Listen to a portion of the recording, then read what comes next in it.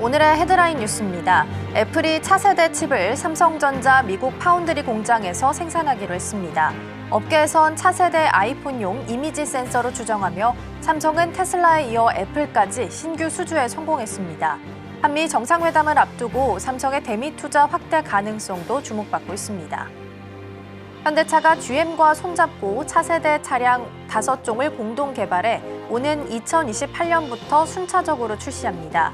내연기관, 하이브리드, 전기차를 아우르는 모델로 중남미와 북미 시장을 겨냥한 전략적 협업입니다. 양사는 이번 협업으로 연간 80만 대 이상 생산을 기대하며 원자재, 물류, 탄소 저감 기술까지 협력을 확대할 방침입니다. 도널드 트럼프 미국 대통령이 수입 반도체에 100% 관세를 부과하겠다고 밝혔습니다. 미국 내 공장을 건설했거나 건설 중인 기업에는 관세를 면제하겠다는 입장도 함께 내놨습니다. 한국 정부가 최혜국 대우를 약속받았다고 밝힌 가운데 실제 세율이 얼마로 적용될지 주목됩니다. 트럼프 대통령이 러시아산 석유를 수입하는 인도에 총 50%의 고율 관세를 부과하기로 했습니다. 징벌적 2차 관세를 부과받게 된 인도 정부는 부당하고 비이성적이라며 강하게 반발했습니다. 미국과 인도는 농산물 관세 문제로 접점을 찾지 못한 채 충돌이 이어지고 있습니다. 시청자 여러분 안녕하세요. 여러분의 성공 투자를 응원합니다. 출발 증시와이드 1부 시작합니다. 진행의 이가은입니다. 밤사이 뉴스가 참 많았습니다. 트럼프 대통령과 팀쿡 CEO가 회동을 했었죠. 그러면서 여기서 어떤 이야기들이 나오게 될지 가장 주목하셨을 텐데요. 먼저 첫 번째로 애플은 미국에 1,000억 달러 투자를 약속을 했습니다. 2월에 5천억 달러까지 있기 때문에 합치면 6천억 달러로 예상이 되고 있는 상황이고요. 더불어서 애플이 삼성전자 미국에 있는 파운드리 공장에 차세대 칩 생산을 맡길 거다라는 속보도 전해지고 있는 상황입니다. 업계에서는 이미지 센서로 현재 추정을 하고 있는 상황인데요. 다만 단기적인 악재도 있긴 합니다. 트럼프 대통령이 반도체 100% 관세를 부과하겠다라고 이야기를 했기 때문입니다. 이런 내용들 중에서 우리 시장에서는 호재와 악재 중에 어떤 부분에 조금 더 예민하게 반응하게 될지 함께 체크해 보도록 하겠습니다. 자, 그럼 이어서 오늘 저희가 준비한 코너 소개해 드리도록 하겠습니다. 오늘 첫 번째 코너로는 빅애플 스탁 준비되어 있습니다.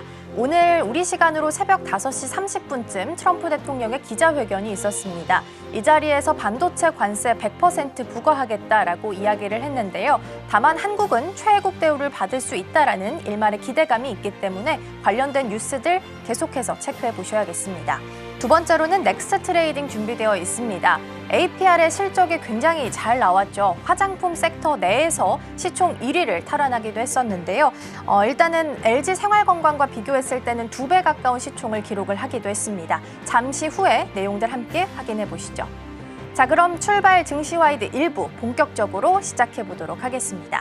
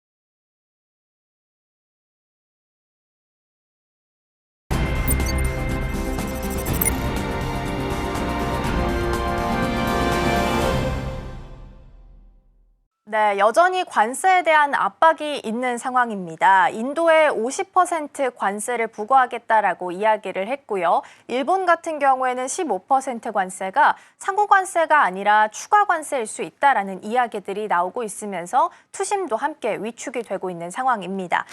상호 관세에 이어서 품목 관세까지 어지러운 시장 속에서 대응 전략들 함께 고민해 보도록 하겠습니다. 오늘 도움 말씀에는 서울경제TV 윤경철 본부장 자리해 주셨습니다. 본부장님 어서 오세요. 네, 안녕하십니까. 네, 오늘도 5가지 키워드 준비가 되어 있고요. 첫 번째 키워드부터 먼저 화면을 통해서 한번 만나보도록 하겠습니다. 네, 오늘의 첫 번째 키워드입니다. 반도체 250% 과세이고요. CNBC와의 인터뷰를 통해서 여러 가지 이야기가 나왔고요. 최종적으로는 오늘 아침 기자회견을 통해서 봤을 때는 반도체 쪽에는 100%의 관세를 부과하게 되는 것으로 알려져 있습니다. 다만 한국은 최애국 대우를 약속을 받은 상황이라서 세율이 어느 정도로 결정이 되게 될지는 조금 더 지켜봐야 될 것 같은데요. 자세한 내용 먼저 점검해 보겠습니다. 트럼프 대통령이 좋아하는 숫자가 있습니다. 250이란 숫자를 되게 좋아합니다. 그래서 이게 이제 어떻게 될지 잘 모르겠는데요. 200 본래 이제 그 감세를 하거나 이제 마이너스를 할 때도 250이 원래 이제 100%가 최대인데 이것도 이제 250%를 하겠다라고 하고 이렇기 때문에 이게 최대 250%라는 단어를 상당히 좋아합니다. 그래서 이것도 이제 250%를 하겠다고 하는데 CNBC랑 이제 인터뷰를 할 때도 이렇게 얘기합니다. 그래서 초기에 할 때 이제 어제 인터뷰를 할 때 이렇게 얘기를 했었는데요.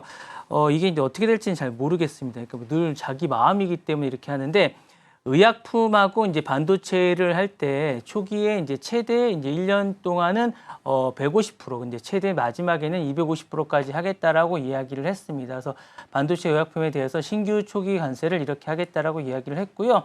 어디를 어떻게 하겠다는 정확하게는 이야기는 하지 않았습니다. 그래서 이 부분은 이렇게 하겠다라고 하는데 아마도 이제 한국도 영향을 좀 받지 않을까라고 이제 처음에는 예상을 했는데 말씀하셨던 대로 이제 어떻게 될지는 잘 모르겠습니다. 그래서 반도체 부분에 대해서 이제 거론을 했기 때문에 삼성전자나 SK 하이닉스도 이제 기업을 영향을 받지 않을까라고 염려를 했었는데 말씀하셨던 대로 이제 좀 이 부분에 대해서는 좀 더 지켜봐야 될 것 같은 그런 생각이 듭니다. 그렇다면 이렇게 고율 관세에 대해서 책정한 이유가 무엇일까라는 생각은 드는데요. 이건 아무래도 이제 제조업 우선 정책을 강화하기 위한 게 아닌가라는 생각도 들고 이 부분에 대해서는 이제 대외 무역 협상에 대한 지렛대를 확보하기 위한 것이 아닌가라는 생각도 듭니다. 그리고 이제 어쨌든 이 부분에 리쇼링 정책과 이런 부분도 맞물려 있지 않을까라는 생각도 들고 그다음에 이제 중국 등 외국 정책에 대한 견제라는 이야기도 있습니다. 그리고 이제 내년에 있을 중간 선거에 대한 그런 지렛대를 활용하기 위한 정책이 아닐까라는 생각도 듭니다. 그래서 이런 것들이 다 만들기 위한 그런 것들이라는 생각이 들면서 향후에 많은 것들을 이제 활용하는 그런 정책이 아닐까라는 생각도 듭니다. 네. 네, 일단은 관세와 관련한 내용들이 계속해서 보도가 되고 있는 상황이죠. 어제 팀쿡 CEO와 회동을 통해서 나왔던 이야기들 중에서도 투자를 하게 되면 반도체 관세를 제외시켜주겠다라는 일부 조건들이 좀 들어가 있는 상황이라서 확실하게 미국 내에서 생산하라라는 트럼프 대통령의 기조를 다시 한번 확인할 수 있지 않았나 싶기는 합니다. 자, 그러면 이날 반도체랑 의약품 관세 이외에 다른 내용들 중에서 주목할 만한 부분은 없었을까요? 뭐 인터뷰 내용이 CNBC에서는 사실은 이 반도체는 아주 일부분이었고요. 다른 내용들이 상당히 많이 있었습니다. 이제 그 전날 이제 고용통계국장을 이제 해임한 부분에 대해서 이제 상당히 많은 이야기를 시간을 배려해서 이제 이야기를 했었습니다.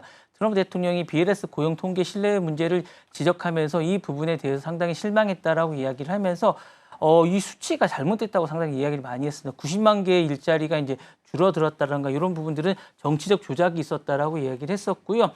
연준 의장에 대해서도 이제 교체 가능성에 대해서 상당히 많이 했습니다. 그러면서 이제 요 의장에 대해서 이제 4명의 후보를 이야기를 했습니다. 그리고 다만 지금에 있는 자리를 이야기가 나오는 사람들 중에 상당한 많은 부분들은 잘못됐다라고 이야기를 했고요.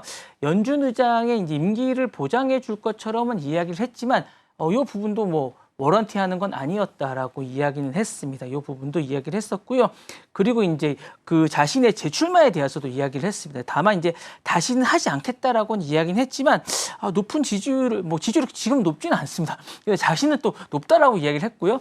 그렇지만 이 부분에 대해서 계속 지지율이 높으면 다시 나오지 못합니다. 지금 나오지 못하는데 나올 수 있다라고 약간 그런 가능성도 내비쳤고요.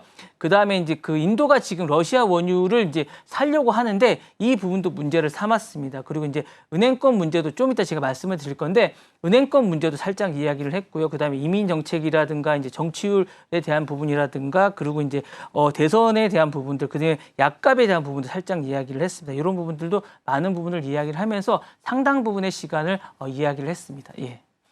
네, 관세와 관련된 내용들은 계속해서 보도가 되고 있는 상황이고요. 트럼프 대통령이 이제 8월 7일 0시부터로 지금 이야기를 한 상황이라서 아마 우리 시간으로는 1시 정도, 오후 1시 정도로 예상을 하시면 되겠습니다. 본격적으로 관세 발효가 시작되는 상황이기 때문에 내용들 계속해서 체크해 보도록 하겠고요. 두 번째 키워드 만나보겠습니다.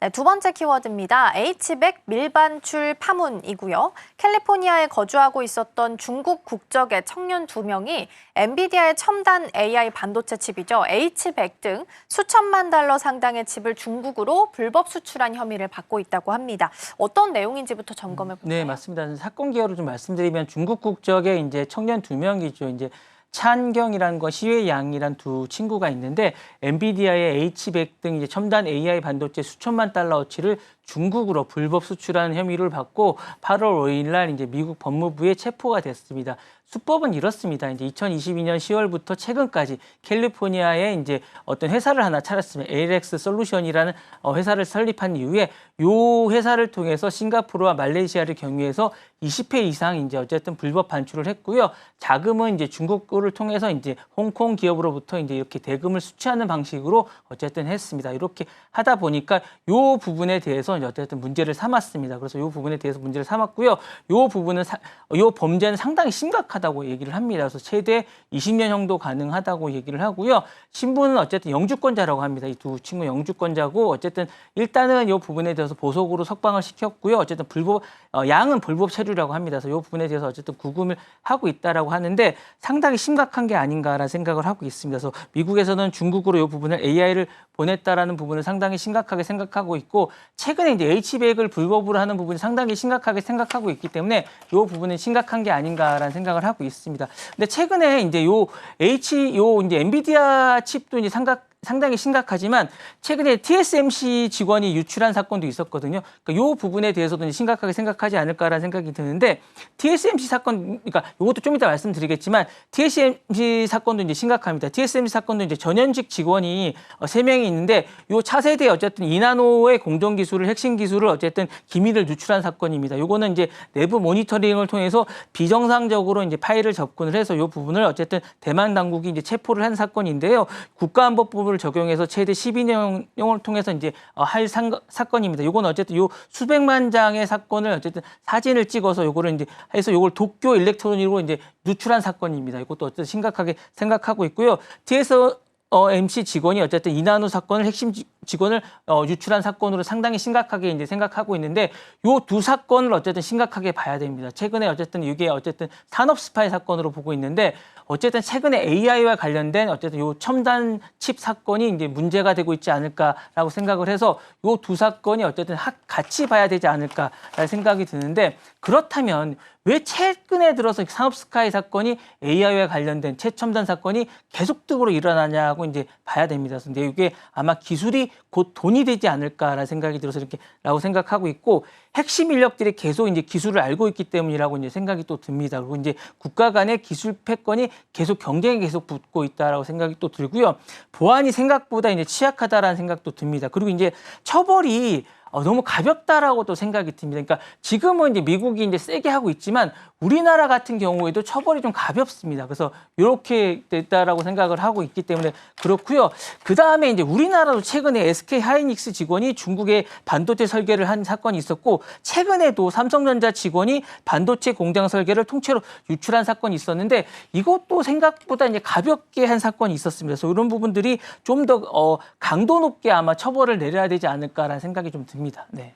그렇죠. 이제 AI를 더 키우기 위해서는 첨단 반도체가 필요한 상황이다 보니까 특히나 엔비디아의 고성능 칩인 H100의 필요성이 높아지고 있는 상황입니다. 그래서 중국 쪽에서는 통제가 되면서 오히려 밀반출이나 밀반입 쪽을 좀 더 타겟팅해서 좀 움직임이 네네. 나타나고 있는 것 같거든요. 그러면 중국에서 이렇게까지 H100에 대한 수요가 필요한 이유는 어디 있을까요? 일단은 제가 볼 때는 AI 기술 패권의 경쟁에 밀리고 있기 때문이라고 합니다. 뭐 보도에 따르면 많이 따라왔다고 하지만 아직까지도 상당히 밀리는 것 같습니다. 왜냐하면 중국이 이렇게 많이 따라오지만 이제 중국의 수출 금지를 하면서 중국 기업들이 내 없이 공부하는 격이 지금 되고 있습니다. 왜냐하면 H20을 이제 수출하고 있지만 이게 상당히 많이 떨어지고 있습니다. 그래서 이제 바이두라든가 텐센트라든가 엘리바바 같은 빅테크들도 이런 것들이 이제 내 없이 공부하다 보니까 너무 힘들어하고 있고 이런 것들에서 정부에게 요청을 하고 있기 때문에 이런 것들에 대한 요청이 있어서 어쨌든 이제 밀반출을 하게 되지 않을까라는 생각이 들고 자국산 AI 칩의 성능이 한참 부족합니다. 뭐 어센트라는 이런 것들이 많이 따라왔다고 하지만 사실상 하웨이 어센트 칩이 H100에 대비해서는 60에서 70 정도의 성능이기 때문에 효율이 많이 떨어지기 때문에 아닌가라는 생각이 들고요. H100은 단순한 칩이 아니라 상당히 어쨌든 미래 산업의 입장권 같은 그런 것이기 때문에 국가 차원에서 아마 첨단 산업에 대한 AI 핵심 엔진이 이런 것들을 못 구하면 입장권을 못 구하는 걸 마찬가지이기 때문에 아닌가라는 생각이 들고요. 미국이 이런 걸 알기 때문에 기술 봉쇄가 점점 더 강화되고 있습니다. 그래서 아마 이런 미술이 강화되는 게 아닌가라는 생각이 듭니다. 네. 그렇죠. 중국 쪽은 계속 통제가 되고 있는 상황이다 보니까 자체적으로 AI를 계속 좀 성능을 키우기 위해서는 이런 칩들이 좀 필요하다라는 부분에서 이야기를 좀 나눠봤습니다. 두 번째 키워드 마무리하고요. 세 번째로 함께 넘어가 보시죠. 네, 오늘의 세 번째 키워드입니다. 5things 폐지이고요. 이전에 머스크 전 정부 고문이 도입했던 연방 공무원 주간 업무 보고, 이른바 5things라고 하는 이 프로그램이 공식적으로 폐지가 됐다고 합니다. 어떤 내용일까요?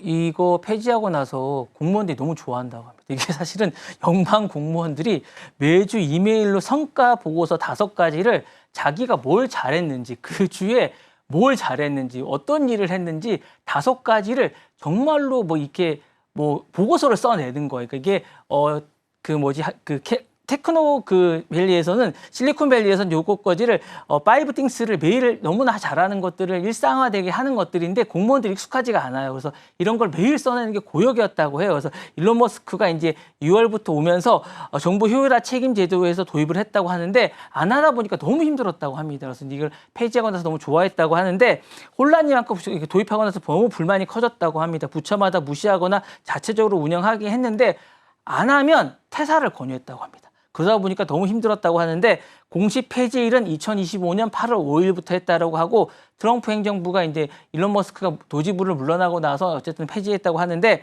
정부 입장은 각 부처가 자체 평가 도구가 있으니까 매주 이메일 보고는 불필요하다는 이유로 이제 폐지했다고 하고요.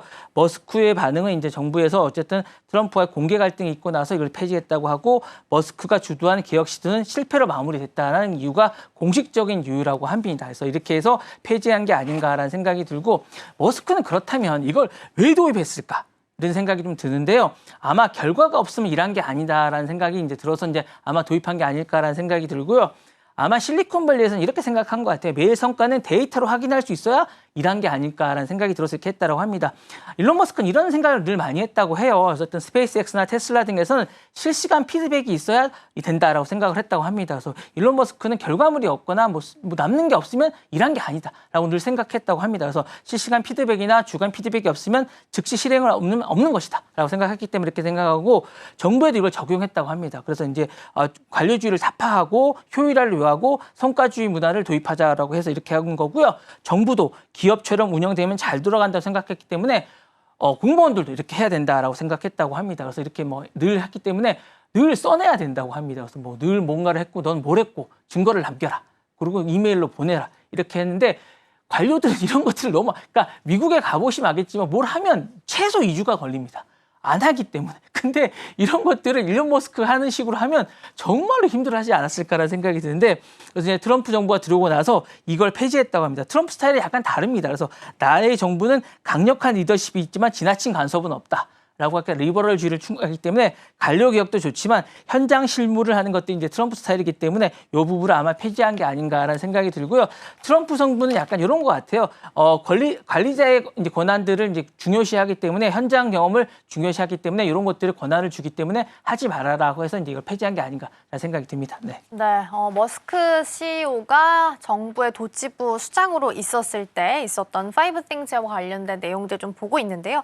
애초에 약간 분위기를 보면 그래도 5가지 성과를 계속 내라고 좀 압박을 했던 것 같거든요. 그런 강압적인 분위기가 느껴지게끔 운영했던 이유는 뭘까요? 머스크 CEO는 이런 것 같아요. 그러니까 정부는 게으르다. 라고 생각을 했기 때문에 아닌가라는 생각이 들고요. 기본적으로 해서 매주 일한 걸 보고하면 긴장하고 열심히 일하겠지라고 생각했던 것 같고요.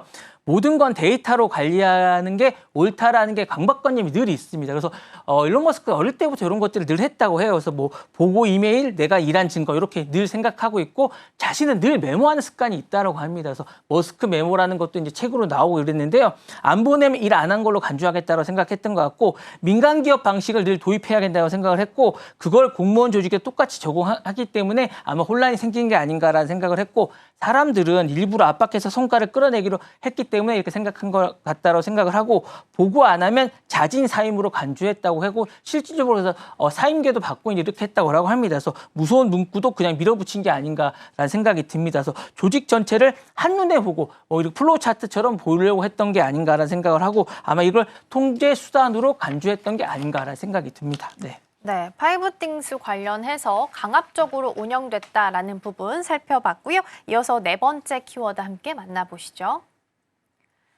네, 4번째 키워드입니다. 정치 디뱅킹 단속이고요. 미국 백악관이 대형 은행들이 보수 성향을 가지고 있는 고객들이나 혹은 암호화폐 기업에 대해서 차별적으로 서비스를 제공하는 것에 대한 이른바 디뱅킹 관행을 단속하는 행정명령을 발표하겠다라는 이야기가 좀 들려왔습니다. 이런 부분들이 왜 필요하게 되는 걸까요? 트럼프 대통령은 행정명령의 상당수가 자신의 경험에서 이제 출발을 합니다. 이번에도 이제 그렇게 됐는데, CNBC와 인터뷰 중에 이런 게 있었어요. 자신이 JP 모건과 뱅크 오브 아메리카 이제 대표적인 미국의 은행인데 계좌를 개설하려고 했는데 거절을 당했다고 합니다. 상당히 불쾌했던 거죠. 왜냐하면 약간 트럼프가 과격하기 때문에 트럼프가 이거를 개설을 하면 상당수의 많은 어쨌든 많은 이게 부자들이 아마 이 개설을 하지 않을 것 같아서 이제 거절을 했다는 거에서 보수 성향이면 은행에서 내쫓긴다는 불만이 좀 있었던 것 같아요. 그래서 이제 많은 사람들이 은행에서 정치적인 이유로 종교적인 이유로 특정 고객이 계좌를 해지당하거나 거부당하는 행위를 이제 디뱅킹이라고 하거든요. 그래서 이제 보수주의자나 기독교 단체가 암호화폐 회사나 이런 쪽에서 아마 디뱅킹을 많이 당할 거다 자기처럼 이렇기 때문에 이런 것들을 못 당하게 하는 이런 것들을 아마 행정명령으로 추구하겠다고 하는 겁니다. 그래서 트럼프 대통령이 대형 은행의 디뱅킹 관행을 이제 이런 것들을 전면 조사하거나 단속하는 행정명령 초안을 아마 이러면 이번 주에 서명할 예정이라고 합니다. 그래서 이런 부분들을 하게 된 거고요. 아마 이런 것들은 자신의 경험을 바탕으로 하게 되지 않았을까라는 생각이 들고 종교 단체나 이런 해외 단체나 이런 것들을 하겠다는 내용이고 아마 행정명령은 이런 내용들이 담길 것 같은 그런 것 같습니다. 그래서 금융기관의 정치적 동기라든가 고객 차별이라든가 전수조사를 하겠다는 거고요. 제3자의 뭐 감사라든가 평등 신용 반독점을 적용하고 위반 시에는 법무부에 통보를 하고 징계 조치가 가능하게 하겠다는 겁니다. 그래서 상당한 강력한 조치가 아닐까라는 생각이 들고 법무부 조치는 이렇습니다. 그래서 버지니아 등의 불평등 디뱅킹 조사를 하고 테스크포스를 설치하겠다는 겁니다. 은행의 입장, 여기에 대해서 은행의 입장 이런 겁니다. 정치적 사유를 차별하는 것을 부인을 하고 있고 자금 세탁을 방지를 하고 그다음 위험관리 차별에서 결정이라고 반박하고 있습니다. 그리고 이제 일부 정치 성향의 차별 금지 정책을 명문화하겠다고 하고 있는데 이거에 대해서 잠깐 좀 어쨌든 차별이라고 하고 있습니다. 이런 것들에 대해서는 은행의 권리라고 하고 근데 사람을 약간 차별해서 이제 받는 것들도 은행의 권리가 아닌가라는 생각이 좀 드는데 이런 것들에 대해서까지 어쨌든 약간 대통령이 차별하는 것들은 약간 선별하는 건 좀 문제가 있지 않을까라는 생각이 들고 법적 분쟁이나 정치 논란이 확대될 가능성이 있지 않을까라는 생각이 드는데 이거는 제가 볼 때 디뱅킹을 막으려는 이유는 여러 가지가 좀 있는 이유가 좀 있는 것 같습니다. 이것도 제가 볼 때 약간 이런 다양한 이유 같아요. 그러니까 뭐 나도 차별하다 피해자다라는 이유를 해서 이 부분을 아마 이제 이 어쨌든 여러 가지로 이제 자신의 어쨌든 정치적 이유나 이런 것들을 집결하는 이유가 아닌가라는 생각이 좀 드는 것 같고 이 부분에 대해서 어쨌든 다양한 이유가 좀 있는 것 같습니다. 보수 진영이나 이런 것들을 끌어안는 이유도 좀 있는 것 같고 엘리트 금융권에 대한 정치적 공격의 이유도 좀 있는 것 같습니다. 그리고 금융이나 규제나 이런 것들에 대한 통제를 자율로 이끌어내기 위한 이런 것들도 이유가 있는 게 아닌가라는 생각도 좀 듭니다. 네. 네, 디뱅킹과 관련된 내용들 좀 살펴보고 있고요. 정치가 은행을 또 다루는 이야기들로 번질 수도 있지 않을까 싶긴 합니다. 그러면 실제로 은행에서 운영을 하면서 고객 심사 방식을 바꿔낼 수도 있는 걸까요? 저는 그런 것보다 이게 약간 제가 볼 때 두 가지 이유가 있는데 빅픽처도 있다고 봅니다. 여러 가지 빅픽처도 있지만 제가 볼 때는 이게 약간 구호에 그칠 가능성이 상당히 있지 않을까라는 생각이 들면서 실제로 피해자 수는 제한되지만 분노를 키우는 게 아닌가라는 생각도 듭니다. 그래서 이걸 분노를 전국구로 키울 생각이 좀 있는 게 아닌가라는 생각이 들고 또는 보호보다는 공격 메시지가 훨씬 강하지 않을까라는 생각이 듭니다. 목적은 문제 해결보다는 정치적 적을 만들기 위한 것이 아닌가라는 생각이 들고요. 내년도 이제 중간 선거를 위한 구호에 가깝지 않을까라는 생각도 듭니다. 그래서 선거 직전에 이제 보수 진영에 대한 자극용이라는 생각도 좀 들고요. 그다음에 해결책보다는 갈등 구조를 키우기 위한 그런 성격이 가능하지 않을까라는 생각이 듭니다. 네. 네, 은행의 디뱅킹 키워드까지 살펴봤고요. 이어서 다섯 번째 키워드 먼저 화면을 통해서 함께 만나보시죠. 네, 다섯 번째 키워드입니다. 더 미니미스 볼 거고요. 오는 8월 29일부터 800달러 이하의 이른바 해외 소액 물품의 관세 면제, 즉 디미니미스 규정을 전면 폐지하기로 결정을 하면서 특히나 이제 값싼 물건들을 좀 많이 팔았었던 해외 직구 업체들이 좀 충격에 빠진 모습입니다. 어떤 내용인지 먼저 체크해 볼까요? 알리바바하고 더 쉐인이 타격을 많이 받겠죠. 그러니까 이게 이제 800달러 이하 해외 물품에 대해서 관세 없이 바로 통과, 지금까지는 그렇게 했어요. 근데 이제 8월 29일부터 이제 모든 해외 물품에 관세 세금을 부과하겠다는 겁니다. 난리가 났습니다. 그래서 이 부분에 대해서 소비자에 대해서 이제 영향이 좀 있을 것 같아요. 저가 직구 물품에 대해서 세금을 내야 됩니다. 세금을 다 내야 되고요. 가격 상승에 대해서 체감이 있겠죠. 그리고 이제 이커머스 쪽에서는 배송이나 가격의 조정 방식이 불가피할 것 같습니다. 그리고 이제 셀러들도 영향이 있을 것 같아요. 그러니까 이 세 분류에 대해서는 변화가 있습니다. 그래서 통관이나 관세 처리 부담이 있을 것 같고요. 경쟁이나 이 부분에 대해서도 공급망이 혼란이 불가피할 것 같습니다. 그렇다면 이걸 왜 바꿨을까요?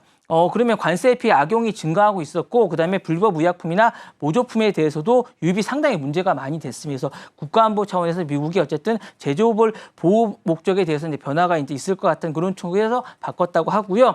그러면 변화가 이제 29일부터 어떤 변화가 있을 것 같으냐면 소비자는 가격이 상승합니다. 어쨌든 최대 1.5배에 대해서 품목당 변화가 있고 품목당 100달러 이상에 대해서는 관세가 이제 매겨집니다. 그리고 배송 지연이나 복잡성이 상당히 증가하지 않을까라는 왜냐하면 통관이 절차가 되니까 이제 복잡하게 되고요. 서류 신고나 이런 것들이 이제 원산지 증명할 필요가 있게 되고 일부 셀러가 이탈하지 않을까라는 생각이 듭니다. 왜냐하면 수익성이 악화되기 때문에 이탈하지 않을까라는 생각이 분명히 들고요. 직구가 중단될 상황도 상당히 있습니다. 그래서 어쨌든 이 부분이 축소가 되지 않을까라는 생각이 있습니다. 다만 예외는 있습니다. 어쨌든 여행자 휴대폰이죠. 200달러 이하라든가 순수 선물을 100달러 이하는 과세 대상에서 벗어난다고 말씀드리고 싶습니다. 네. 네, 디미니미즈에 관련한 규칙들 좀 살펴보고 있는데요. 그러면 이번 조치가 글로벌 전자상거래 가격 경쟁 구도에 있어서는 어떤 영향을 좀 주게 될까요? 많은 변화가 있죠. 왜냐하면 쉐인 같은 데는 초저가의 패션의 직격탄이 되지 않을까라는 생각입니다. 쉐인 같은 경우에 뭘 파는지 잘 생각해 보면 초저가에 대해서 이제 변화가 상당히 있습니다. 이 부분에 대해서는 관세가 붙기 때문에 매력이 사라집니다. 어쨌든 이 부분에서는 쉐인의 본질가에선 무관세에 대한 흔들리기 때문에 사업 모델의 전환이 있지 않을까라는 분명한 생각이 있고요. 테무도 변화가 있습니다. 이커머스의 파괴자 위기가 있지 않을까라는 생각이 들고 아마존은 반사이익이 분명히 있을 겁니다. 물류 부담이 증가되는 부분이 없기 때문에 변화가 있기 때문에 쉐인 같은 경우에는 초저가 직구에서 현지 중심의 어떤 물류 플랫폼으로 변화가 될 것 같은 그런 생각이 있습니다. 쉐인은 이제 그냥 직구의 한계에 도달하기 때문에 이제는 현지 스타일과 감성에 녹아드는 플랫폼으로 탈바꿈해야 될 것 같은 그런 생각이 들고요.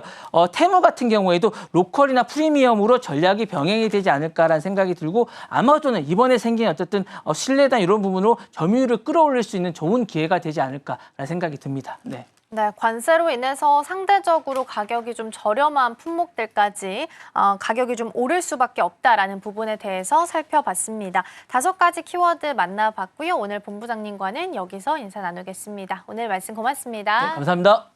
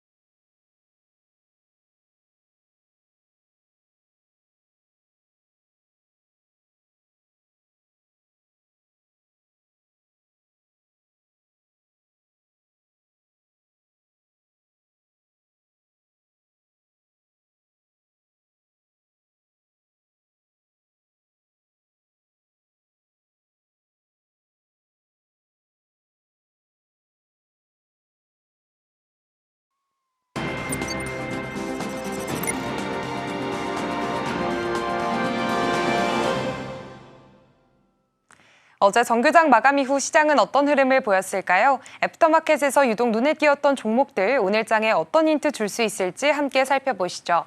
먼저 상승률 상위 종목부터 살펴보겠습니다. 코오롱 EMP가 15%대 급등세 보이면서 1위 차지했고요. CSPNL 14%, 펌텍코리아 11%대 오름세 보였습니다. 이수 스페셜티 케미컬도 10%, 한국 화장품까지도 10%대 급등세 보였습니다. 다음으로는 하락률 상위도 살펴보겠습니다.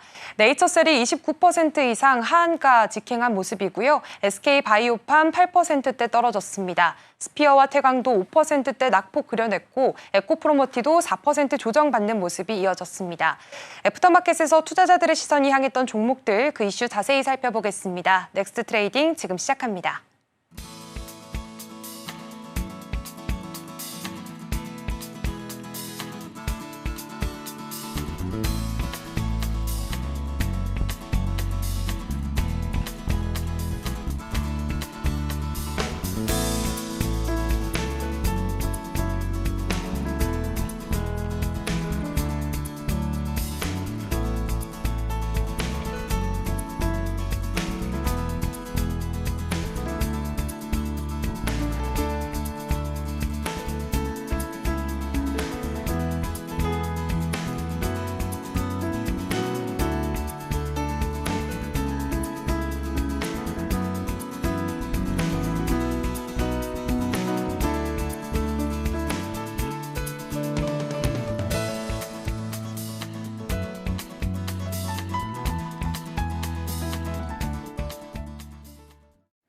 네, 계속해서 넥스트 트레이딩으로 이어가 보도록 하겠습니다. 오늘 첫 번째 종목 APR부터 살펴볼 거고요. 실적이 너무 잘 나오면서 사실 어제 가장 주목받았던 종목 중 하나가 아니었을까 싶긴 합니다. 깜짝 성적에 뷰티 업계가 들썩였었는데요. 실적 내용부터 먼저 점검해 볼까요? 네, APR은 어제 주가가 11% 넘게 오르면서 20만 원을 돌파했습니다. 시가총액이 8조 원을 넘어섰는데요. 국내 대표 화장품사인 아모레퍼시픽의 시가총액까지 제치게 되면서 단일 화장품 상장사 중에서 가장 큰 규모가 됐습니다. 무엇보다 2분기 실적이 시장을 놀라게 했습니다. 영업이익이 846억 원으로 지난해 같은 기간보다 2배 이상 뛰었고 매출도 110% 늘어난 3,277억 원을 기록했습니다. 영업이익률도 25% 20%가 넘으면서 역대 최고치를 새로 썼는데요. 특히 상반기 영업이익만 1,391억 원으로 작년 1년 전체 영업이익을 이미 뛰어넘었습니다. 글로벌 시장에서 실적이 폭발적으로 늘면서 투자자들의 기대감이 커진 게 주가 상승으로 이어졌습니다. 네, 그러니까 중소형주가 대형주를 뛰어넘는 기염을 토한 사례로 볼 수 있겠습니다. 실적이 가장 크게 뛰었던 배경을 살펴본다면 어떤 부분들이 좀 있을까요? 네, 아무래도 메디큐브 브랜드의 글로벌 성과 때문이 아닐까 싶습니다. 2분기 이 부문 매출만 2,270억 원으로 작년 같은 기간보다 3배 이상 늘었는데요. 미국과 홍콩에서 진행한 팝업 스토어가 크게 성공을 했고 유럽 시장에서도 판매망을 넓히면서 브랜드 인지도가 빠르게 올라갔습니다. 뷰티 디바이스도 꾸준히 성장을 했습니다. 2분기 매출이 900억 원을 넘었고요. 메디큐브 AGR 디바이스는 국내외 누적 판매량이 400만 대를 돌파했습니다. 해외 매출 비중이 78%에 달했고 미국에서만 전체 매출의 30% 가까이 차지하면서 이제는 국내보다 해외가 더 큰 시장이 됐습니다. 일본과 유럽 등 신규 시장도 빠르게 커지고 있고요. 이런 글로벌 성장세 덕분에 올해 조 단위 매출 목표 달성 가능성이 높아졌다라는 평가도 나오고 있습니다. 특히 아모레퍼시픽과 LG생활건강이 중국 시장 부진과 면세점 매출 감소로 어려움을 겪는 동안에 APR은 SNS 마케팅과 직판 채널을 강화하면서 해외 시장을 빠르게 공략하는 모습이 보여지고 있는데요. 이렇기 때문에 시장의 평가가 좀 크게 달라진 모습입니다. 여기에다가 최근에는 300억 원 규모의 자사주 소각까지 발표를 하면서 주주환원 정책도 강화가 됐고요. 이런 부분들이 투자자들의 신뢰를 높이면서 주가 상승에 힘을 보탰습니다. 네, 2분기가 사실 비수기임에도 불구하고 너무나 좋은 성과를 좀 기록을 했고요. 아마존 프라임데이 성과까지 같이 포함하면서 미국 쪽에 대한 매출 비중이 29%까지 나왔다라는 부분도 눈여겨볼 만합니다. 오늘도 0.48% 추가적인 상승세는 이어갈 것으로 보입니다. 자, 두 번째 종목 넘어가 볼게요. 호텔 신라 살펴보겠고요. 애프터마켓에서 주가가 5% 넘게 올랐습니다. 구체적인 상승 배경부터 먼저 살펴볼까요? 네, 일단 상승의 큰 이유로는 정부가 다음 달 말부터 중국 단체 관광객에게 한시적으로 비자를 면제한다고 발표했기 때문입니다. 이번 무비자 조치는 9월 29일부터 내년 6월 말까지 시행이 되고요. 사실 중국은 지난해 말부터 이미 한국인 무비자 입국을 허용했는데 우리 쪽 대응이 늦어지면서 관광업계가 아쉬움을 드러냈었습니다. 하지만 이번 조치로 양국 간의 관광 교류가 크게 늘어날 거라는 기대가 커졌고요. 특히 시행 시점이 중국의 대형 연휴인 국경절과 맞물리게 되면서 올 가을부터 한국을 찾는 중국 단체 관광객이 급격히 늘어날 가능성이 높습니다. 호텔 신라는 면세점과 호텔 매출 비중이 워낙 크기 때문에 중국인 관광객이 늘면 실적 개선으로 바로 이어질 수 있는 종목입니다. 실제로 올해 상반기에만 중국인 관광객이 250만 명을 넘어섰는데요. 이번 무비자 조치까지 더해지면 코로나 이전 수준으로 회복되는 속도가 훨씬 빨라질 거라는 전망이 나오고 있습니다. 이런 기대감이 투자 심리를 자극하면서 어제 주가가 크게 반응을 했습니다. 네, 사실 알려져 있는 뉴스였기는 했습니다. 그래서 오히려 세론이 나오지 않을까라고 했는데 속보가 전해지자마자 사실 노란 풍선이 바로 상한가로 직행을 좀 했고요. 이후에 한 24%까지 상승분을 반납하면서 종가 형성을 했습니다. 여행 쪽이 가장 좀 강세를 좀 보이긴 했는데 관광 유통업 쪽에 얼마나 힘을 좀 보태주게 될지도 궁금하거든요. 어떻게 판단을 할까요? 네, 시장에서는 이번 조치가 단기적인 반짝 효과를 넘어서 좀 중장기적인 성장으로도 보고 있습니다. 우선 단체 관광객은 개인 여행객보다 기업이나 기관 지원을 받아서 오는 경우가 많기 때문에 1인당 소비 규모가 큽니다. 면세점과 호텔, 백화점, 카지노 같은 업종에서 매출이 더 크게 늘어날 수 있는 이유가 되겠고요. 호텔 신라는 특히 매출에서 면세점 비중이 훨씬 높기 때문에 중국인 단체 관광객이 늘면 실적이 빠르게 회복될 가능성이 큽니다. 또 이번 무비자 정책이 중국의 국경절 연휴와 겹치는 만큼 10월부터는 매출 반등이 본격화될 거라는 전망도 많습니다. 실제로 어제 글로벌 텍스프리, 파라다이스 같은 다른 관광 관련 종목들도 함께 올랐는데요. 전반적으로 면세점 매출과 관광 인프라가 살아나면서 주가에 긍정적인 영향을 줄 거라는 분석입니다. 다만 단체 관광객 관리나 불법 체류 우려 같은 보안 과제도 여전히 남아있기 때문에 제도가 얼마나 안정적으로 운영되는지가 향후 업계와 주가에 중요한 변수가 될 전망입니다.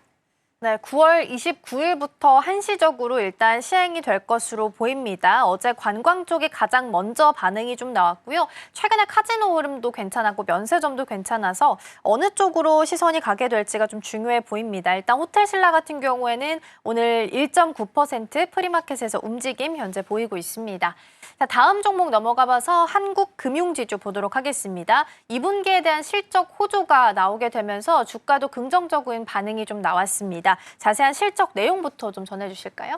네, 한국금융지주가 말 그대로 역대급 실적을 내놨습니다. 올해 상반기 순이익이 1조 원에 가까웠는데요. 지난해 같은 기간보다 무려 60% 넘게 늘어난 수치입니다. 특히 눈에 띄는 건 자회사인 한국투자증권입니다. 반기 순이익이 1조 원을 넘었고 영업이익도 1조 원을 돌파하면서 국내 증권사 중에서는 처음으로 반기 1조 클럽에 들어갔습니다. 이번 실적은 한쪽 사업만 잘해서 나온 게 아니라 증권과 운용, 캐피탈처럼 이렇게 그룹 전체 계열사들이 고르게 성장한 덕분인데요. 주식 거래가 활발해지면서 수수료 수익이 늘었고요. 채권이나 펀드 같은 금융상품 판매도 많이 늘면서 자산관리 쪽 수익도 함께 올라갔습니다. 또 기업금융 사업에서도 프로젝트 파이낸싱이나 인수금융 같은 대형 딜이 많아지면서 수익이 크게 늘었습니다. 여기에다가 금융자산의 평가이익이 오른 것도 순이익을 끌어올리는 데 한몫을 했는데요. 결국에는 모든 계열사가 힘을 합쳐서 실적이 좋아졌고요. 이런 전반적인 성장세가 투자자들에게는 긍정적인 신호로 작용을 하면서 어제 주가도 큰 폭으로 오르게 됐습니다. 네, 최근에 이제 증권, 은행, 보험 이쪽 같은 경우에는 정책 모멘텀을 받으면서 섹터 전반적으로 긍정적인 흐름이 좀 캐치가 되기도 했었거든요. 그러면 이번에 이렇게 실적까지 같이 보태지게 됐으니까 추가적인 상승도 좀 기대해 볼 수 있을까요? 네, 시장에서도 이번 실적을 단기적인 깜짝 실적으로만 바라보지 않고 있습니다. 실제로 한국금융지주의 상반기 자기자본 이익률이 19.9%까지 올라갔는데요. 이건 국내 주요 금융지주사들 가운데서도 꽤나 높은 수준입니다. 무엇보다 의미가 있는 건 실적을 견인한 계열사들이 한두 군데가 아니라는 점입니다. 물론 말씀하신 대로 증시 변동성이 여전히 큰 건 맞지만 이번 실적을 통해서 확인이 된 건 사업 구조 자체가 굉장히 안정적이고 또 균형이 잡혀 있다는 점인데요. 한쪽이 어려워도 또 다른 쪽에서 만회할 수 있는 포트폴리오를 갖추고 있기 때문에 앞으로 좀 단기적인 이슈에 흔들릴 가능성은 적은 구조입니다. 그래서 시장에서는 이번 실적이 앞으로도 주가의 지속적인 상승 모멘텀이 될 수 있다고 평가를 하고 있고요. 하반기 실적까지 이어지게 된다면 지금보다 더 주목을 받을 수 있을 거라는 전망도 나오고 있습니다.